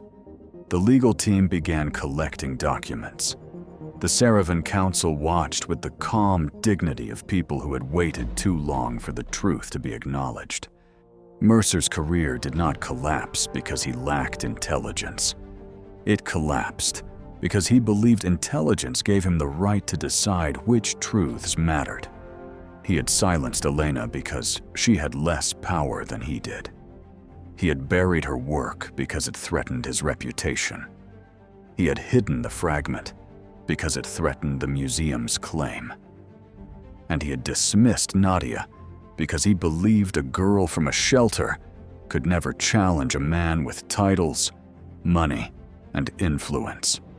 But the truth had returned through the daughter of the woman he tried to erase. The investigation that followed was larger than anyone expected. Arden Museum announced a complete independent review of the Saravan collection. The sacred relic was removed from public display and placed under joint care, while arrangements were made for its return. The museum agreed to work with the Saravan Cultural Council to review every artifact connected to the original expedition. More documents were found in the weeks that followed. There were internal emails showing that Mercer had discouraged staff from revisiting Elena's work. There were catalog revisions with no proper explanation. There were notes from meetings where concerns about ownership had been minimized because donors had invested heavily in the Saravan exhibit. Mercer had not acted alone in every decision, but he had been the person with the power to make silence look official. His suspension became permanent. His academic appointments were reviewed. His published work was questioned. The museum removed his name from several public materials while the investigation continued. The punishment was not dramatic in the way people expected from stories. There was no public shouting. No one dragged him through the lobby. No one needed to. The truth did something more lasting. It took away the authority he had used to control others. The museum issued a public correction. Elena Reyes's name was restored to the official history of the Saravan Charter. Her report was digitized, preserved, and acknowledged as the first internal research to identify the document as a custodial covenant rather than a transfer of ownership. For years, her work had existed only in a worn notebook and a hidden envelope. Now it became part of the record. A research grant was created in Elena Reyes's name for young people from underrepresented communities who wanted to study history, languages, preservation, archaeology, and cultural heritage. The museum's board did not create the grant because it could erase the past. Nothing could do that. They created it because the future had to become different. Nadia did not become rich overnight. She did not suddenly appear on magazine covers or receive a perfect new life from strangers who had ignored her before. That would not have been honest. Her problems did not disappear because one day changed everything. But the day did change the direction of her life. She received a paid internship with the joint Saravan Arden Preservation Project.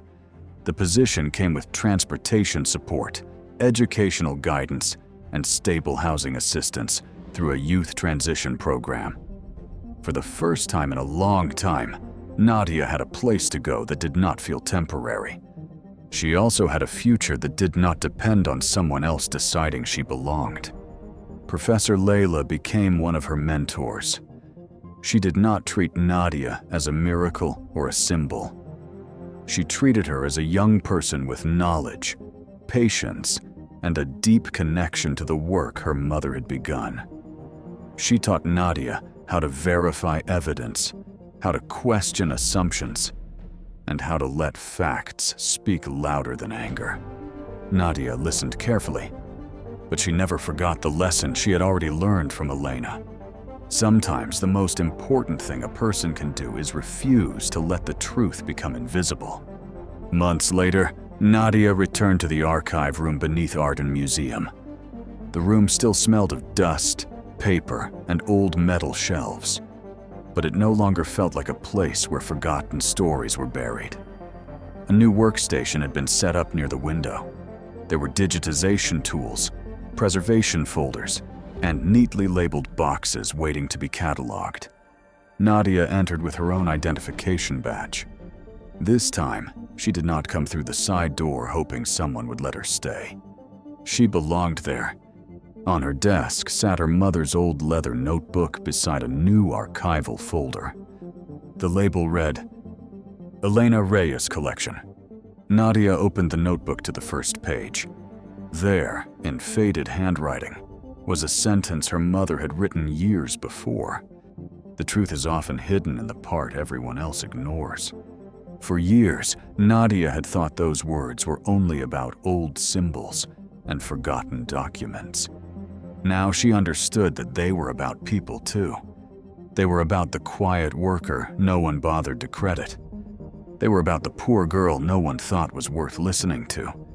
They were about the community whose history had been carried away and renamed by strangers. They were about the small fragment everyone walked past because they had already decided it could not matter.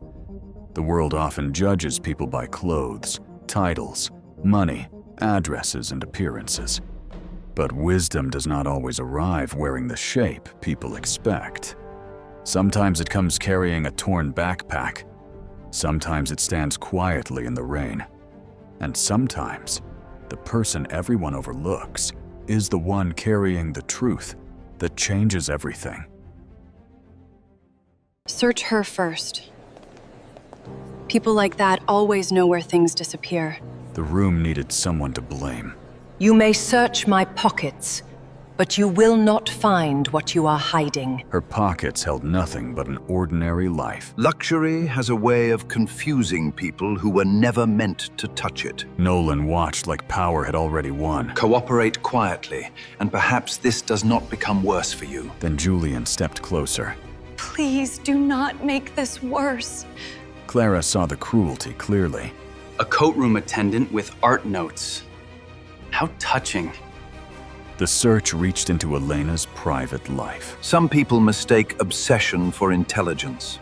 They laughed because they did not understand. You should have listened to him. Then the photograph brought back an old wound. For 1 second, Nolan's mask slipped. The rain is wrong. Across the room, the painting waited under golden light. Open the file before another bid is accepted. Elena saw what everyone else missed. Open the file before another bid is accepted. The rain is wrong. He was young, polished, ambitious, and eager to be seen at Nolan Varick's side. His voice was smooth when he asked Elena to cooperate. His eyes were not. Elena understood men like Julian. They borrowed power from richer men and mistook the borrowed weight for their own spine. He asked her to empty her pockets onto a small side table beside the coat room entrance. Elena did so without argument. A folded cafeteria receipt came out first. Then a tin of peppermint lozenges, a bus card, a pencil worn nearly to the wood, a pair of cotton gloves used for handling delicate fabrics, and a small photograph creased at the corners. The photograph showed a man with gentle eyes standing beside an old workbench, his hands stained with the dust and varnish of a life spent restoring damaged things. Julian glanced at it as if it were meaningless. Nolan did not. His gaze paused for only a fraction of a second, but Elena saw it. She had trained herself to notice small things. The hesitation before a lie, the uneven shine of fresh varnish, the way a guilty man's eyes recognize a ghost before his mouth does. Nothing in her pockets belonged to Mrs. Rowe. That should have ended the matter. Instead, Nolan allowed the silence to sharpen. He implied that clever theft did not always reveal itself immediately. Julian, taking the hint, asked to search Elena's bag. A few guests looked uncomfortable then, but discomfort wasn't courage. Clara Whitestone, the gallery owner, stood near the podium with her fingers pressed around the auction notes. Elena saw Clara's face tighten. For a moment, it seemed possible that she might object. But Nolan's foundation funded Clara's restoration wing. Nolan's friends sat on boards that controlled loans, donations, and prestige. Nolan's collection had made Whitestone Gallery important. So Clara looked at the floor, and Elena handed over her bag.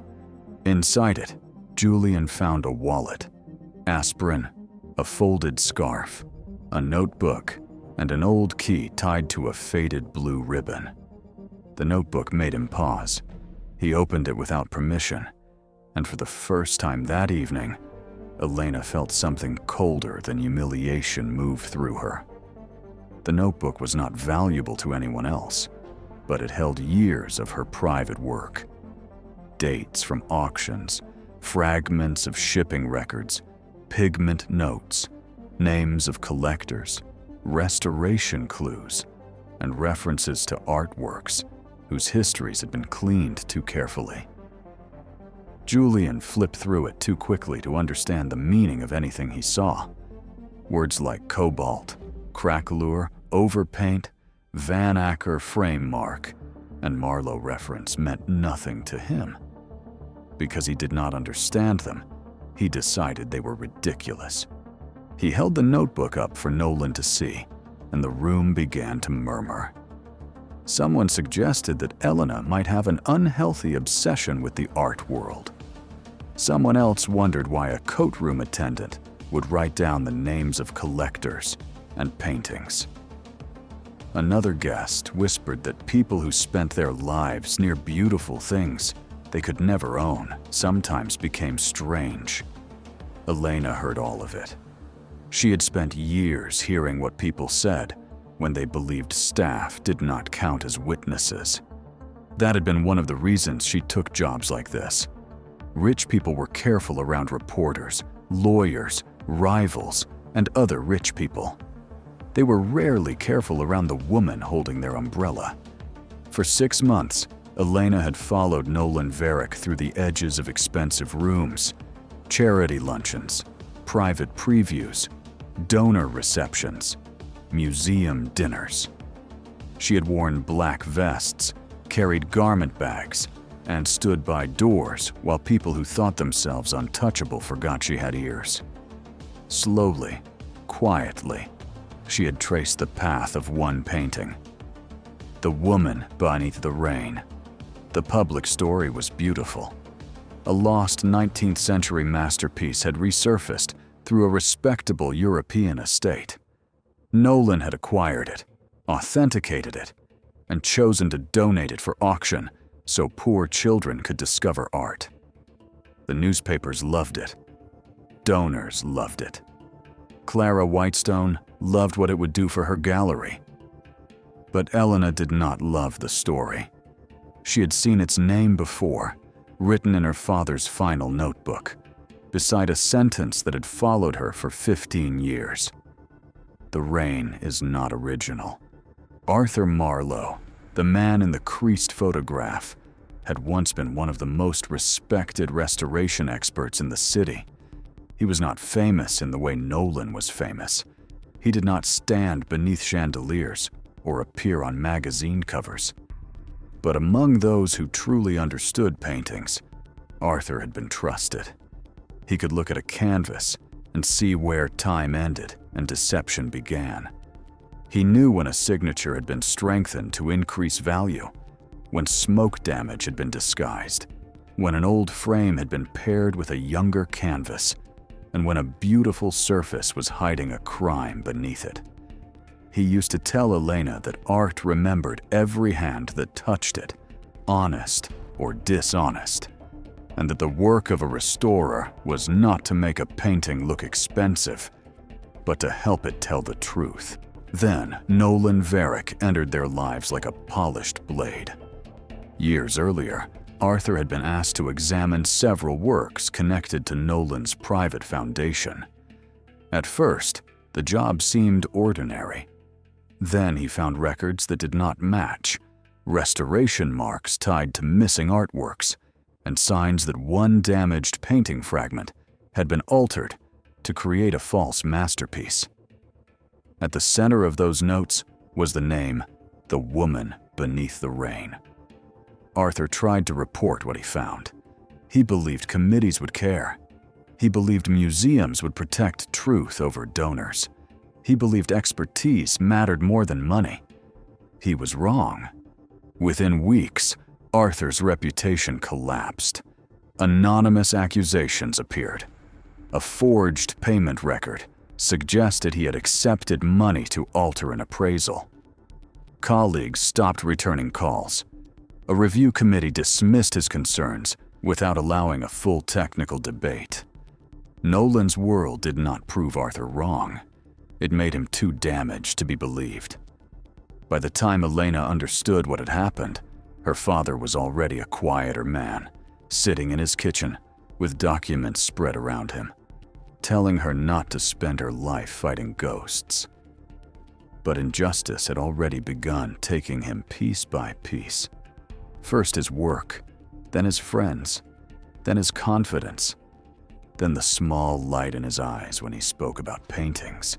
He died with his name ruined and his final report unread. After his death, Elena disappeared from the official art world. At least, that was what people thought. She stopped signing reports under her full name. She restored damaged church paintings, water-stained family portraits, and forgotten local archives. She took jobs where no one asked about pedigree. She learned more in silence than she ever could have learned in rooms full of titles. Most importantly, she learned patience. And patience had brought her to Whitestone Gallery on the night Nolan Varick planned to turn her father's buried warning into a $12 million celebration. Julian found no brooch in Elena's bag. Again, that should have ended it. But Nolan could not allow the room to understand that he had publicly humiliated an innocent woman. Men like him rarely retreat from cruelty once an audience has seen it. They expand it until the cruelty begins to look like caution. He suggested that the absence of the brooch did not prove innocence. Perhaps it had been passed to someone else. Perhaps it had been hidden in a staff area. Perhaps Elena's strange notebook showed she had come to the gala with intentions no one yet understood. Every sentence made the accusation less about jewelry and more about Elena's right to be believed. Then Julian made the mistake that changed everything. While turning another page of the notebook, he noticed the surname Marlowe and mentioned Arthur as an example of a disgraced expert who had mistaken bitterness for knowledge. The words struck Elena harder than the search. The room did not know that the man being mocked was her father. It did not know she still carried his photograph, because grief sometimes needs something small enough to fit in a pocket. It did not know the old key in her bag had once opened the studio, where Arthur taught her how to clean a century-old surface without harming the paint beneath. Nolan knew more than the room did. Elena saw it in the way his eyes sharpened when Arthur's name was spoken. Nolan took the opening. He referred to Arthur Marlowe as a fraud, whose failure had become a warning in the art world. He implied that Elena had inherited the same resentment, the same hunger to attack greatness from the outside. He did not shout. He made the insult elegant. That made it worse. For a moment, Elena looked down at the photograph on the table and felt the old pain rise in her throat. She had imagined this confrontation for years. In her imagination, she had always been fearless. In reality, her hands were cold. Her father's name had just been dragged across a marble floor, and 100 strangers were watching her decide whether to break. But grief did not make Elena weak. It made her accurate. She lifted her eyes, not to Nolan, but to the painting under the warm lights. From across the room, the woman beneath the rain looked luminous and sad. The figure turned away as blue rain fell over a narrow street behind her. The catalog described the rain as the soul of the painting, the emotional feature that proved the artist's late style. Elena saw something else. The rain had the wrong depth. Under the gallery lighting, the blue reflected with a synthetic density that did not belong to the period being claimed. Near the lower left edge, a faint vertical scar in the varnish interrupted the surface. The frame's inner groove carried a rhythm she had seen in Arthur's notes. To the guests, it was a masterpiece. To Elena, it was a lie wearing mourning clothes. The auction was about to begin again. Julian returned Elena's belongings without apology and stepped behind the podium, eager to guide the room back to money. He spoke of generosity, heritage, and the sacred duty of preserving beauty for the next generation. He reminded everyone that Nolan's donation would bring art education to children who might otherwise never enter a museum.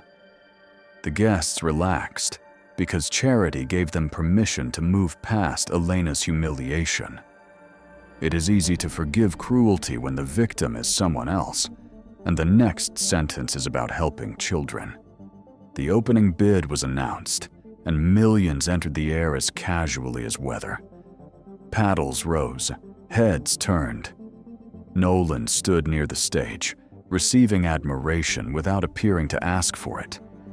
Clara smiled for the cameras, though her eyes kept drifting toward Elena. Mrs. Rowe, whose brooch was still missing, watched the room with growing discomfort. And near a marble column, Marcus Hale, an investigative journalist who had been quietly tracking Nolan's disputed art dealings for months, began paying closer attention to the coatroom woman who looked at the painting like a doctor recognizing a hidden wound. The bid climbed higher. Elena listened, but her mind was with her father's final notebook. The rain is not original.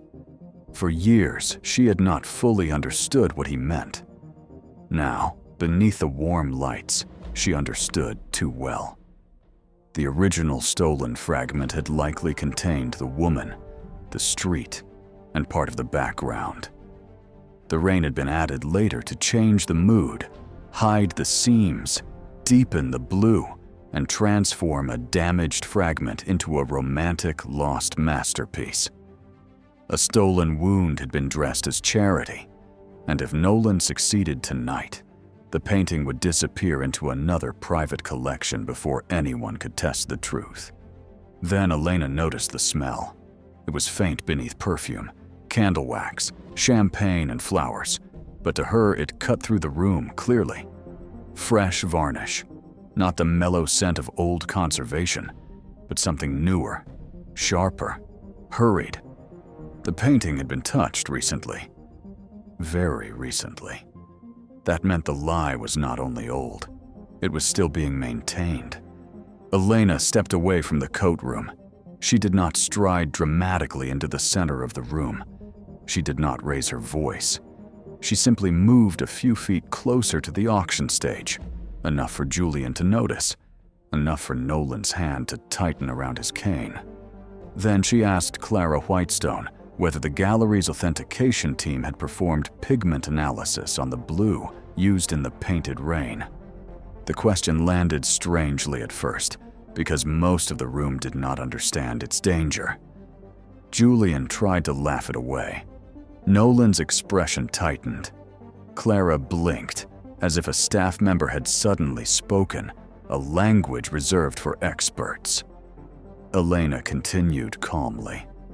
She explained that the blue in the rain appeared inconsistent with the date listed in the catalog, and that the crack pattern near the lower edge did not continue naturally beneath the newer varnish. She did not accuse anyone of fraud. She simply described what the painting was showing. The room went quiet again, but this silence was different from the first. The first had belonged to accusation. This one belonged to doubt. Nolan moved quickly to crush it. He dismissed Elena's observation as the desperate performance of an embarrassed employee trying to recover pride after being suspected of theft. He reminded the room that respected experts had reviewed the work and suggested that a woman hired to manage coats was not qualified to challenge them. It was a familiar kind of insult, and for a moment it worked. Some guests nodded because it restored the world to a shape they understood. Experts belonged on stages. Staff belonged near doors. Elena did not argue with his contempt. She only looked again at the painting and named another detail. The rain layer sat above an older surface rather than within the original composition, and the frame showed signs of removal and reassembly inconsistent with the clean ownership story in the catalog. The guests did not understand every technical word, but they understood Nolan's face. For the first time that evening, his confidence had to work. Mrs. Rowe leaned forward. Marcus slipped a recorder on inside his jacket. Clara looked toward Julian for reassurance, and Julian gave none. That was when Elena asked Clara to open the provenance folder before the next bid was accepted. She said it plainly, without drama, but the request froze the room. The folder sat beside the podium, sealed with Whitestone's crest, meant to be admired rather than examined. It represented certainty. It represented authority. It represented the comfort of believing that expensive things came with clean stories. Nolan objected before Clara could answer. Julian called the request inappropriate, but Elena remained still and explained that if a material concern had been raised about authorship and provenance, continuing the auction without review could expose the gallery to serious liability. Liability changed what dignity had not. A murmur moved through the donors. One bidder lowered his paddle. Clara's hand hovered near the folder. Nolan looked at Elena with a hatred so polished that only someone who had been watching him closely would recognize it. A few minutes earlier, she had been the accused woman at the coat room. Now she had forced the most powerful man in the room to fear a sealed stack of paper. And for the first time that evening, the fear in Whitestone Gallery no longer belonged to Elena. The silence around the provenance folder did not feel like curiosity. It felt like a door no one wanted opened. Clara Whitestone stood behind the podium with her hand hovering near the sealed ribbon, caught between the man who had funded her gallery's rise and the woman he had tried to crush in public. A few minutes earlier, Clara had been able to hide behind uncertainty. Now uncertainty had become a choice. Elena had named a technical concern. The bidding had stopped. A donor had lowered his paddle. Marcus Hale's recorder was running. Mrs. Rowe's missing brooch still had not been found. And Nolan Varick, whose entire evening had been built on control, was looking at the sealed folder as if paper itself had become dangerous. Julian Pierce moved first, because men like Julian survive by sensing what powerful men want before those men have to say it. He stepped toward the podium and reminded the room that authentication had already been performed by respected specialists. He spoke of standard procedure, private estate confidentiality, and the danger of letting an unqualified staff member derail a charity auction with speculation. His words were polished, but his pace betrayed him. He spoke too quickly, filling the room with professional language in the hope that volume could replace certainty. Earlier, his confidence had felt smooth. Now it felt rehearsed. Nolan did not rush. He understood that panic would make Elena seem stronger. Instead, he softened his voice and turned the room back toward pity. He suggested that after the unpleasant misunderstanding over the brooch, Elena might be embarrassed and trying to regain dignity in the only way she could. He made her pain sound like confusion. He made his cruelty sound like patience. He made the search of her pockets sound like an unfortunate formality. But Mrs. Rowe was watching him carefully now, and the older woman had lived long enough among wealthy men to know the difference between irritation and fear. Nolan was not offended because Elena was wrong. He was afraid because she might not be. Clara tried to find a compromise. She suggested that the provenance folder could be reviewed after the auction, privately and professionally, without disrupting the evening further. Several guests seemed relieved by the idea. It allowed them to pretend that truth had not been refused, only scheduled for later. Elena understood the trap immediately. After the auction, the painting could leave the gallery. After the auction, the buyer's lawyers could block access. After the auction, the folder could be corrected, supplemented, misplaced, or buried under procedure. A delayed truth in Nolan's world was often just a truth sentenced to die quietly. So Elena addressed Clara not as an employee challenging her employer, but as one professional reminding another of responsibility. She explained that if the gallery accepted another bid after a material concern had been raised about authenticity and provenance, the sale itself could become a problem for every person attached to it. She did not threaten. She simply made the risk visible.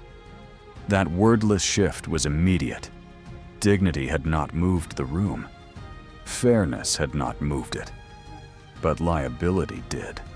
A museum trustee leaned toward his wife. A city official looked down at his program. Another bidder slowly placed his paddle on his lap.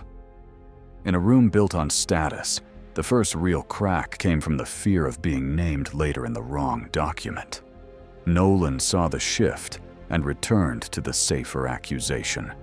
He reminded everyone that the evening's disruption had begun with a missing diamond brooch, not a painting. He suggested that Elena's sudden interest in the artwork was a convenient distraction from the fact that her notebook contained names, dates, and private collector references no courtroom attendant should have reason to possess. Suspicion rippled again through the guests. It was an ugly thing. How easily intelligence became suspicious when it appeared in someone people had already placed beneath them. The same notes that might have impressed them in a curator's hand seemed dangerous in Elena's. Elena did not deny the notebook. She explained that she had spent years studying damaged provenance records and disputed restorations because mistakes in that world could destroy lives. She did not yet explain how directly she meant that. She knew Nolan wanted to turn her father into motive and motive into dismissal. She needed the room to see the pattern before it judged the wound. Julian seized on her restraint and implied that her interest in old scandals made her unstable. He made it sound as if she had violated the room simply by knowing too much. Then Mrs. Rowe asked why no one had found her brooch. The question cut through Julian's performance. It returned the room to the first injustice, the one Nolan kept trying to use but not solve. Mrs. Rowe was not asking dramatically. Her voice carried the cold simplicity of a woman who understood that the original accusation had been allowed to hang in the air long after evidence failed to support it. Julian assured her that security was looking into it. Mrs. Rowe asked whether security was looking into everyone, or only the employees. No one answered quickly. No one needed to. The entire room already knew. No donor had been asked to empty a pocket. No trustee's handbag had been searched. No man near the auction office had been questioned. Suspicion had gone straight to the woman in the black vest, because that was where the room found it easiest to place discomfort. Elena watched Mrs. Rowe and felt a strange, painful gratitude.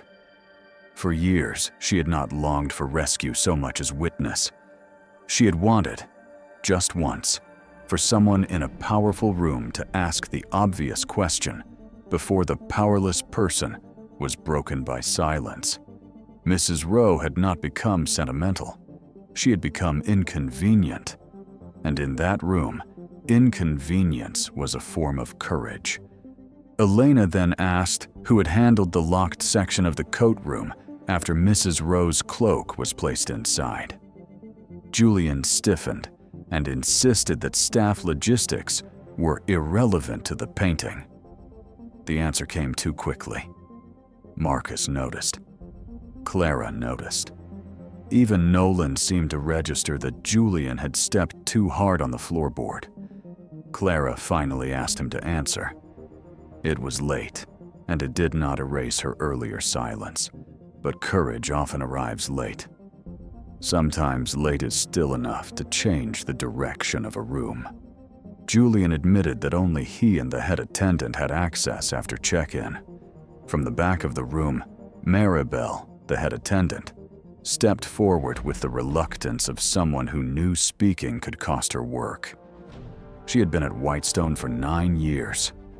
She knew where to stand, when to lower her eyes, and how quickly blame could destroy a staff member's life.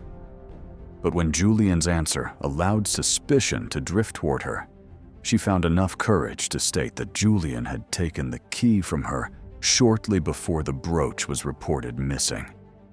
He had claimed there was a storage issue near the private cloak section.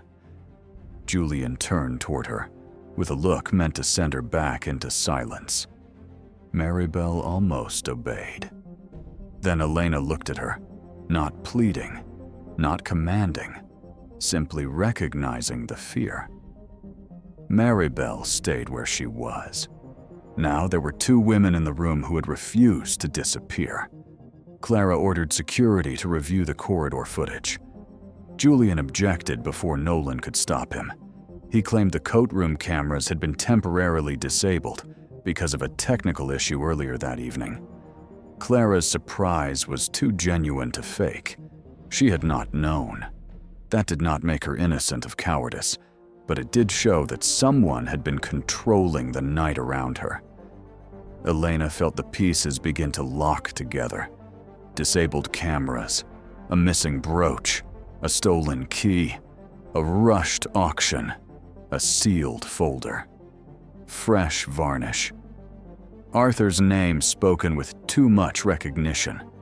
The gala was no longer a celebration. It was a machine, and the cover had just slipped off its gears. Mrs. Rowe then revealed the detail no one expected. After losing jewelry at a previous event and watching another institution protect reputations more fiercely than truth, she had begun placing a tiny tracking tag inside the backing of important pieces whenever she wore them to crowded galas. The habit had once seemed paranoid. That night, it became justice with a battery. She opened the tracking app on her phone. For a moment, her expression showed confusion. Then the confusion hardened. The brooch had not been near Elena's bag. It had not been in the staff lockers. It had remained near the private coat section, then moved toward the auction office, then stopped near a service alcove behind the stage. Security searched the area while the room waited in a silence so complete that even the musicians did not pretend to play. Julian tried to intercept them, claiming that auction materials needed to be protected. Clara, now pale but no longer passive, ordered the search to continue. A minute later, the head of security returned carrying a black garment bag used by auction staff. Inside it, wrapped in a napkin from the gallery bar, was Mrs. Rowe's diamond brooch. It had not been found with Elena.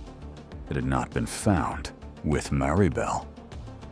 It had been found in an area connected to Julian's work, exactly where the tracker placed it. The accusation that had opened Elena's humiliation collapsed in front of everyone. Julian began explaining too quickly. He suggested confusion, mishandling, an attempt to secure the item. Perhaps a staff mistake he was trying to correct discreetly. The more he spoke, the worse it sounded. Lies under pressure have a frantic rhythm, and now the room could hear it clearly. Nolan did not look at Julian. That was Julian's first punishment. The man he had tried to please withdrew his protection without saying a word. Nolan allowed him to stand alone, because powerful men rarely go down holding the hands of their helpers. But Elena knew that if the room stopped at Julian, Nolan could survive. He could express disappointment, call it an employee's misconduct, delay the sale, donate more money, and later sell the painting under a cleaner spotlight. The brooch was not the crime. It was the tool that had been used to remove her before she could reach the truth. So Elena connected the timeline for the room. The key had been taken. The cameras had gone down. She had been accused before the provenance folder could be questioned. Nolan had tried to send her away with pay. Julian had pushed suspicion towards staff lockers, just as the painting's authenticity became a concern. She did not need to accuse Nolan directly yet. The order of events did the work. The room understood that the stolen brooch had been less about Mrs. Rowe's jewelry than about silencing Elena. Clara opened the provenance folder. The ribbon made almost no sound as it loosened, but in the silence, it felt enormous. The first pages looked elegant, almost too elegant. A Belgian estate, a family trust, a discreet sale through a European intermediary, a donor statement, and a neat chain of ownership that seemed designed to comfort rather than inform. Elena knew that real provenance was rarely so clean. Real history had gaps, stains, changes in handwriting, difficult transfers, and inconvenient questions. False history often tried too hard to move smoothly. Elena asked whether the folder contained original customs documentation or only certified copies. Julian, now weakened, said little. Nolan answered instead, explaining that private estates often required discretion. Elena asked whether there were photographs of the painting before restoration. Nolan said certain images were restricted to protect privacy. That answer might have satisfied the room earlier. Now it sounded like a locked door. Before restoration photographs would show whether the rain had always been there. Their absence mattered. Clara turned another page and found a restoration report from a studio in Antwerp. Elena, without touching the folder, said the studio had closed before the date on the report. Marcus checked quickly and confirmed it. The room did not understand every technical detail, but it understood contradiction. Elena then asked for the pigment analysis. Clara searched the folder. There was no pigment packet. Julian muttered that it must be with the registrar. The young registrar, frightened but honest, shook her head. She had never received one. Each missing piece made the painting heavier. The folder that had once symbolized certainty began to look like a costume made for a lie. Nolan's voice sharpened. He warned against letting amateurs interpret complex documents. Elena let the insult pass.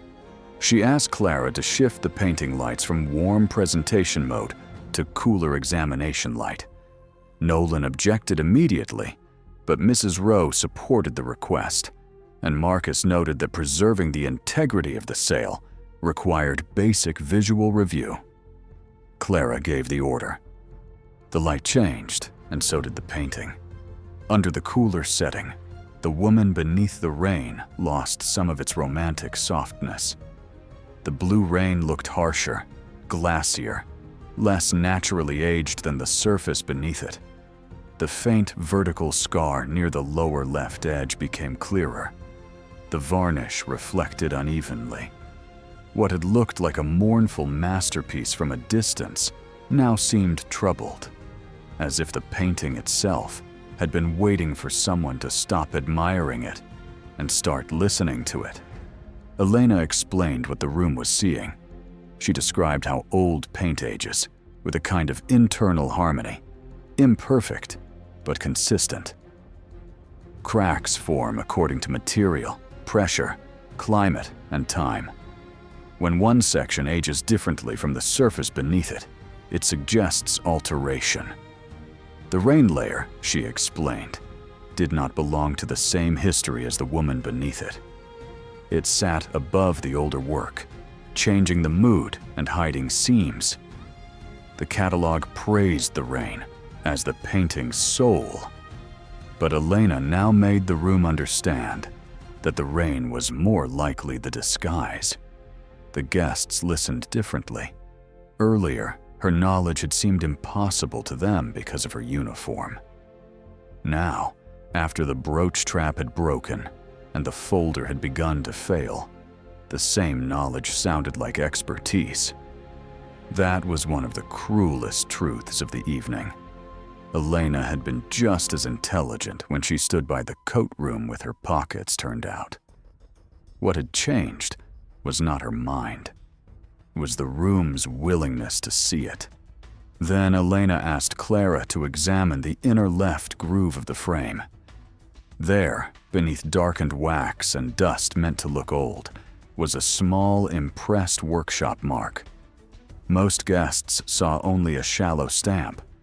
Elena saw the past return. It was the Van Acker mark, the same mark Arthur had drawn in his notes, used during emergency reframing after a fire at the St. Orlan Museum. That museum had once reported a damaged painting fragment, missing after the fire destroyed part of its archive. The public catalog for The Woman Beneath the Rain made no meaningful mention of St. Orlan, but the frame had remembered what the documents tried to erase. For a moment, Elena could not speak. It was not weakness. It was confirmation. For 15 years, the world had called Arthur Marlowe disgraced, obsessive, bitter, and wrong. Now the frame, the pigment, the missing photographs, the false report date, and the planted brooch were all answering him. He had not imagined the truth. He had died before anyone with power was willing to hear it. Nolan attacked the moment before it could settle. He suggested that old notes and frame marks could be misunderstood, that Elena's family connection made her emotional, and that a daughter's grief was not the same as evidence. There it was at last. The attempt to put Arthur on trial through Elena. The word revenge hung in the air without needing to be spoken directly. Nolan wanted the room to believe that everything she had said came from grief rather than knowledge.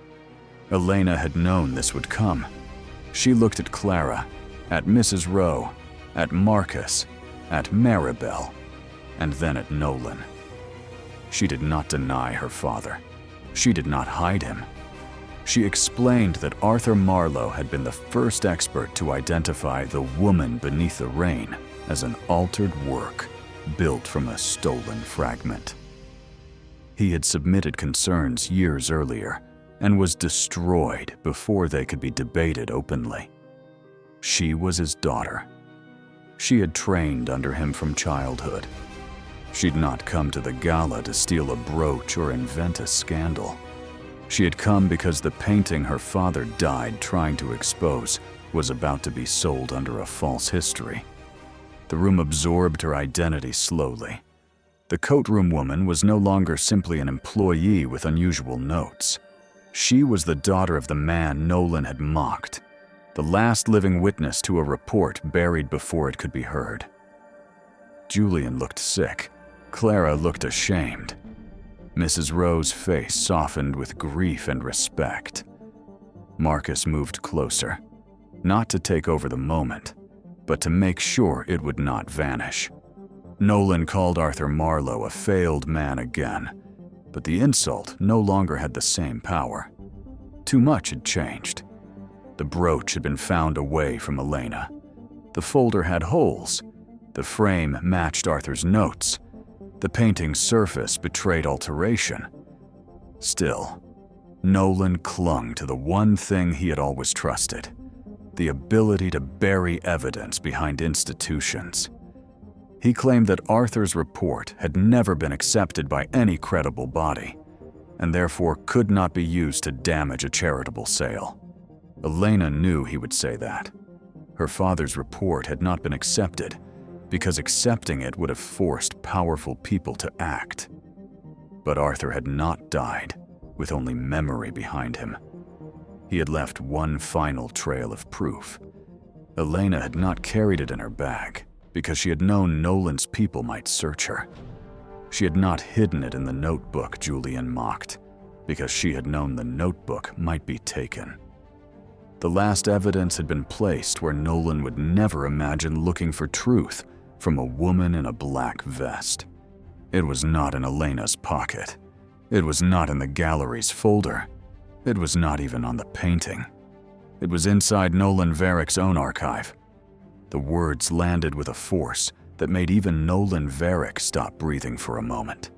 His own archive, not Elena's notebook, not her father's hidden memories, not some private theory carried for years by a grieving daughter. His archive. The collection of records he had donated to Whitestone Gallery as proof of his generosity, his legacy, and his lifelong devotion to preserving art. The archive had been displayed that evening in a glass-walled reading room beside the main hall, arranged under soft lights for guests who wanted to admire the history of a great man before bidding on the painting that would make his name even brighter. Nolan had intended those documents to protect his image. Elena knew they could destroy it. For months, while working near the edges of rooms where powerful people forgot that staff had ears, Elena had heard fragments about the Varick Foundation archive. Julian had complained about old acquisition ledgers being moved to Whitestone before the gala. A foundation assistant had mentioned boxes of correspondence that still needed to be sorted. Nolan himself had once warned his staff that the archive was not to be treated as storage, but as legacy. That word had stayed with Elena. Legacy.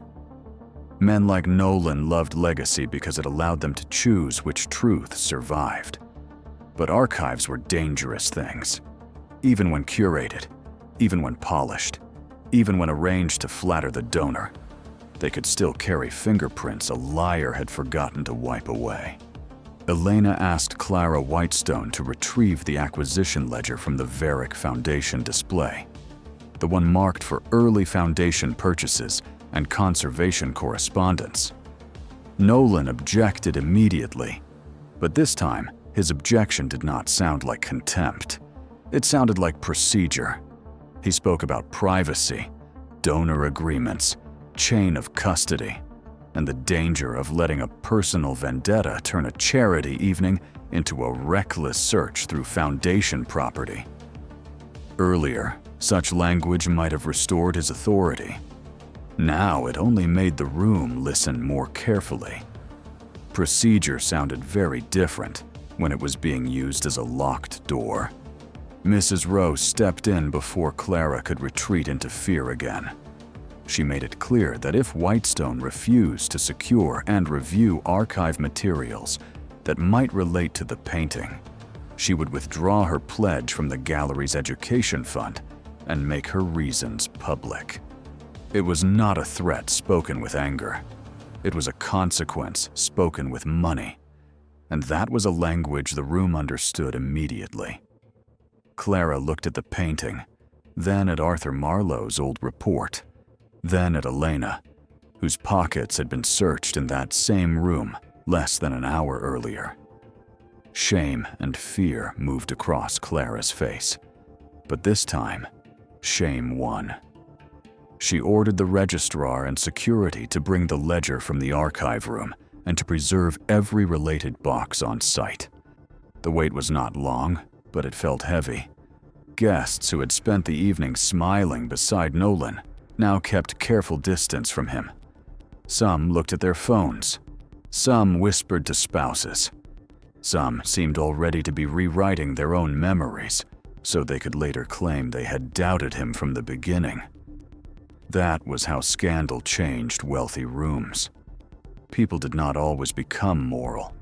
Sometimes, they simply became cautious. Elena noticed, but she did not waste anger on it. She had learned long ago that truth did not need everyone to become brave. It only needed enough people to stop helping the lie. When the ledger arrived, it looked almost disappointingly ordinary. A heavy cloth-bound book with reinforced corners, an archival label on the spine, and pages filled with entries no casual guest would ever want to read. That was how Nolan had hidden so much. Not behind locked vaults alone, but behind boredom, procedure, and the assumption that no one unimportant would ever know what to look for. Clara opened the ledger on the table beside the provenance folder and Arthur's recovered report. 3 versions of history now sat together: the polished story, the buried warning, and the record Nolan had trusted because he believed he controlled who could read it. Elena did not touch the ledger first. She asked Clara to turn to the section on early cultural acquisitions. There, among donor notes and conservation expenses, appeared a code that meant nothing to most of the room. BR-19. The description beside it did not say, "the woman beneath the rain." It described a weather study fragment pending surface integration. Elena let the phrase hang for a moment, then explained its meaning in plain language. Before Nolan's catalog called the painting a lost masterpiece, before the charity film called it a gift to children, before donors were asked to bid millions for it, his foundation records had described it as a fragment. Not a complete masterpiece. A fragment. Nolan dismissed the interpretation as amateur speculation, but his confidence no longer carried the room. Marcus Hale checked the public catalog date against the ledger entry and confirmed the first contradiction. Nolan's foundation had reviewed and funded work on the fragment years before he claimed the painting had been discovered through a European estate. The timeline was impossible. Either the public story was false, or Nolan's own records were. For the first time, the donors were not looking at Elena as the disruption. They were looking at Nolan as the problem. Clara turned the next page. Attached to the ledger was a conservation invoice approved through Nolan's foundation. The language was technical, almost dull. Surface integration, chromatic adjustment, atmospheric unification. To the guests, it sounded like restoration jargon. To Elena, it was a confession wearing gloves.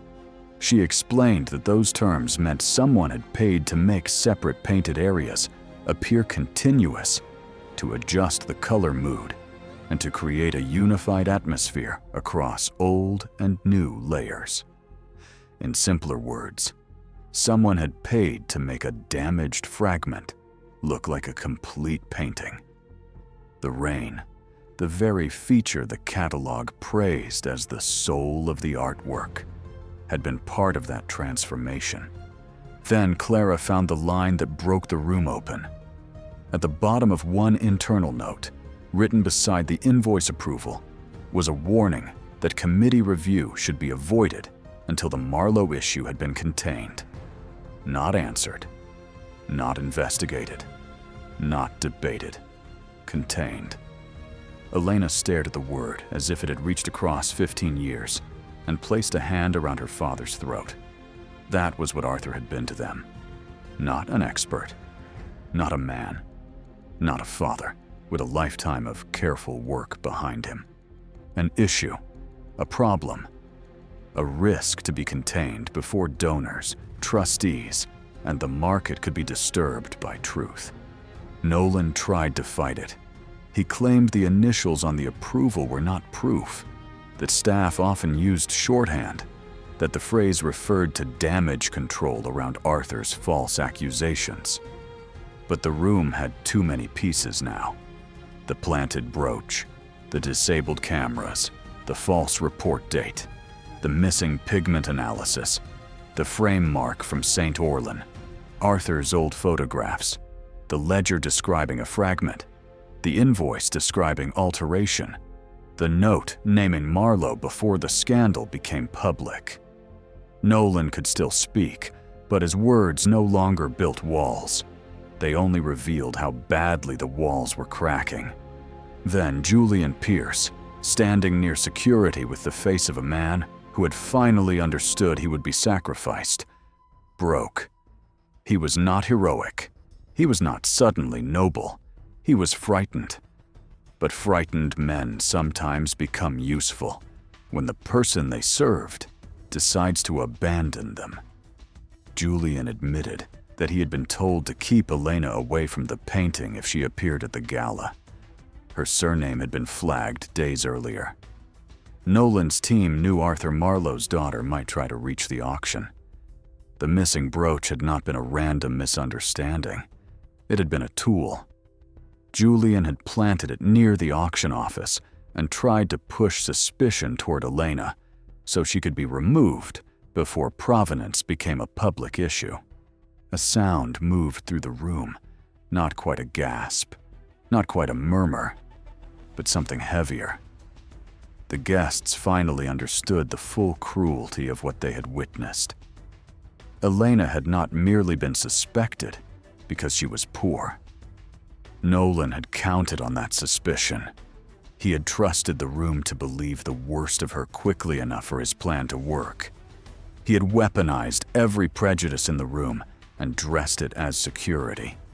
Elena closed her eyes for one brief moment. The confession hurt more than she expected. She had known Nolan was capable of cruelty. She had known Julian was involved. But hearing that her humiliation had been planned, that her father's name had been recognized before the accusation, that the search of her pockets had been staged not only to shame her, but to erase her credibility, made the room feel suddenly colder. When she opened her eyes, she did not look broken. She looked done being patient. Clara formally canceled the auction, not postponed, not paused, canceled. The painting would be secured for independent review. The provenance folder, Nolan's ledger, Arthur's report, the conservation invoice, Julian's statement, and Mrs. Rowe's tracking evidence would be preserved. Authorities would be contacted. No archive materials connected to the painting would leave Whitestone Gallery. Nolan stared at Clara as if she had forgotten who had paid for her rise. Perhaps she had remembered too late. But too late was still better than never. That was when Nolan began losing the thing he loved most. Not money, not even the painting, but the room. Donors stepped back.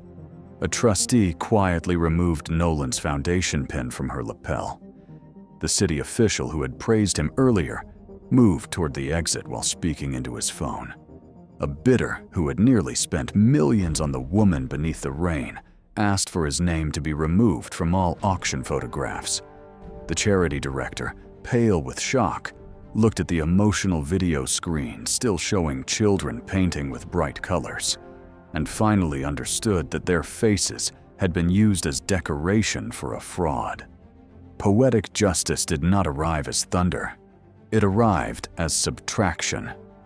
Nolan lost the auction first. Then he lost Julian's silence. Then he lost the protection of the folder. Then he lost the loyalty of donors who had loved his money more than his character. The painting he had planned to use as proof of his generosity became evidence of his greed. The archive he had built to preserve his legacy became the archive that exposed him. And the woman he had tried to reduce to a thief became the witness who connected every piece of the lie. Security recorded Nolan's attempted departure before authorities arrived. The symmetry was impossible to ignore. The same man who had ordered Elena searched in front of the room now had to stand under the chandelier, while his own documents, movements, and staff communications were logged as evidence. Elena did not celebrate his humiliation. She understood the difference between revenge and consequence. Revenge would have wanted him to suffer because she had suffered. Consequence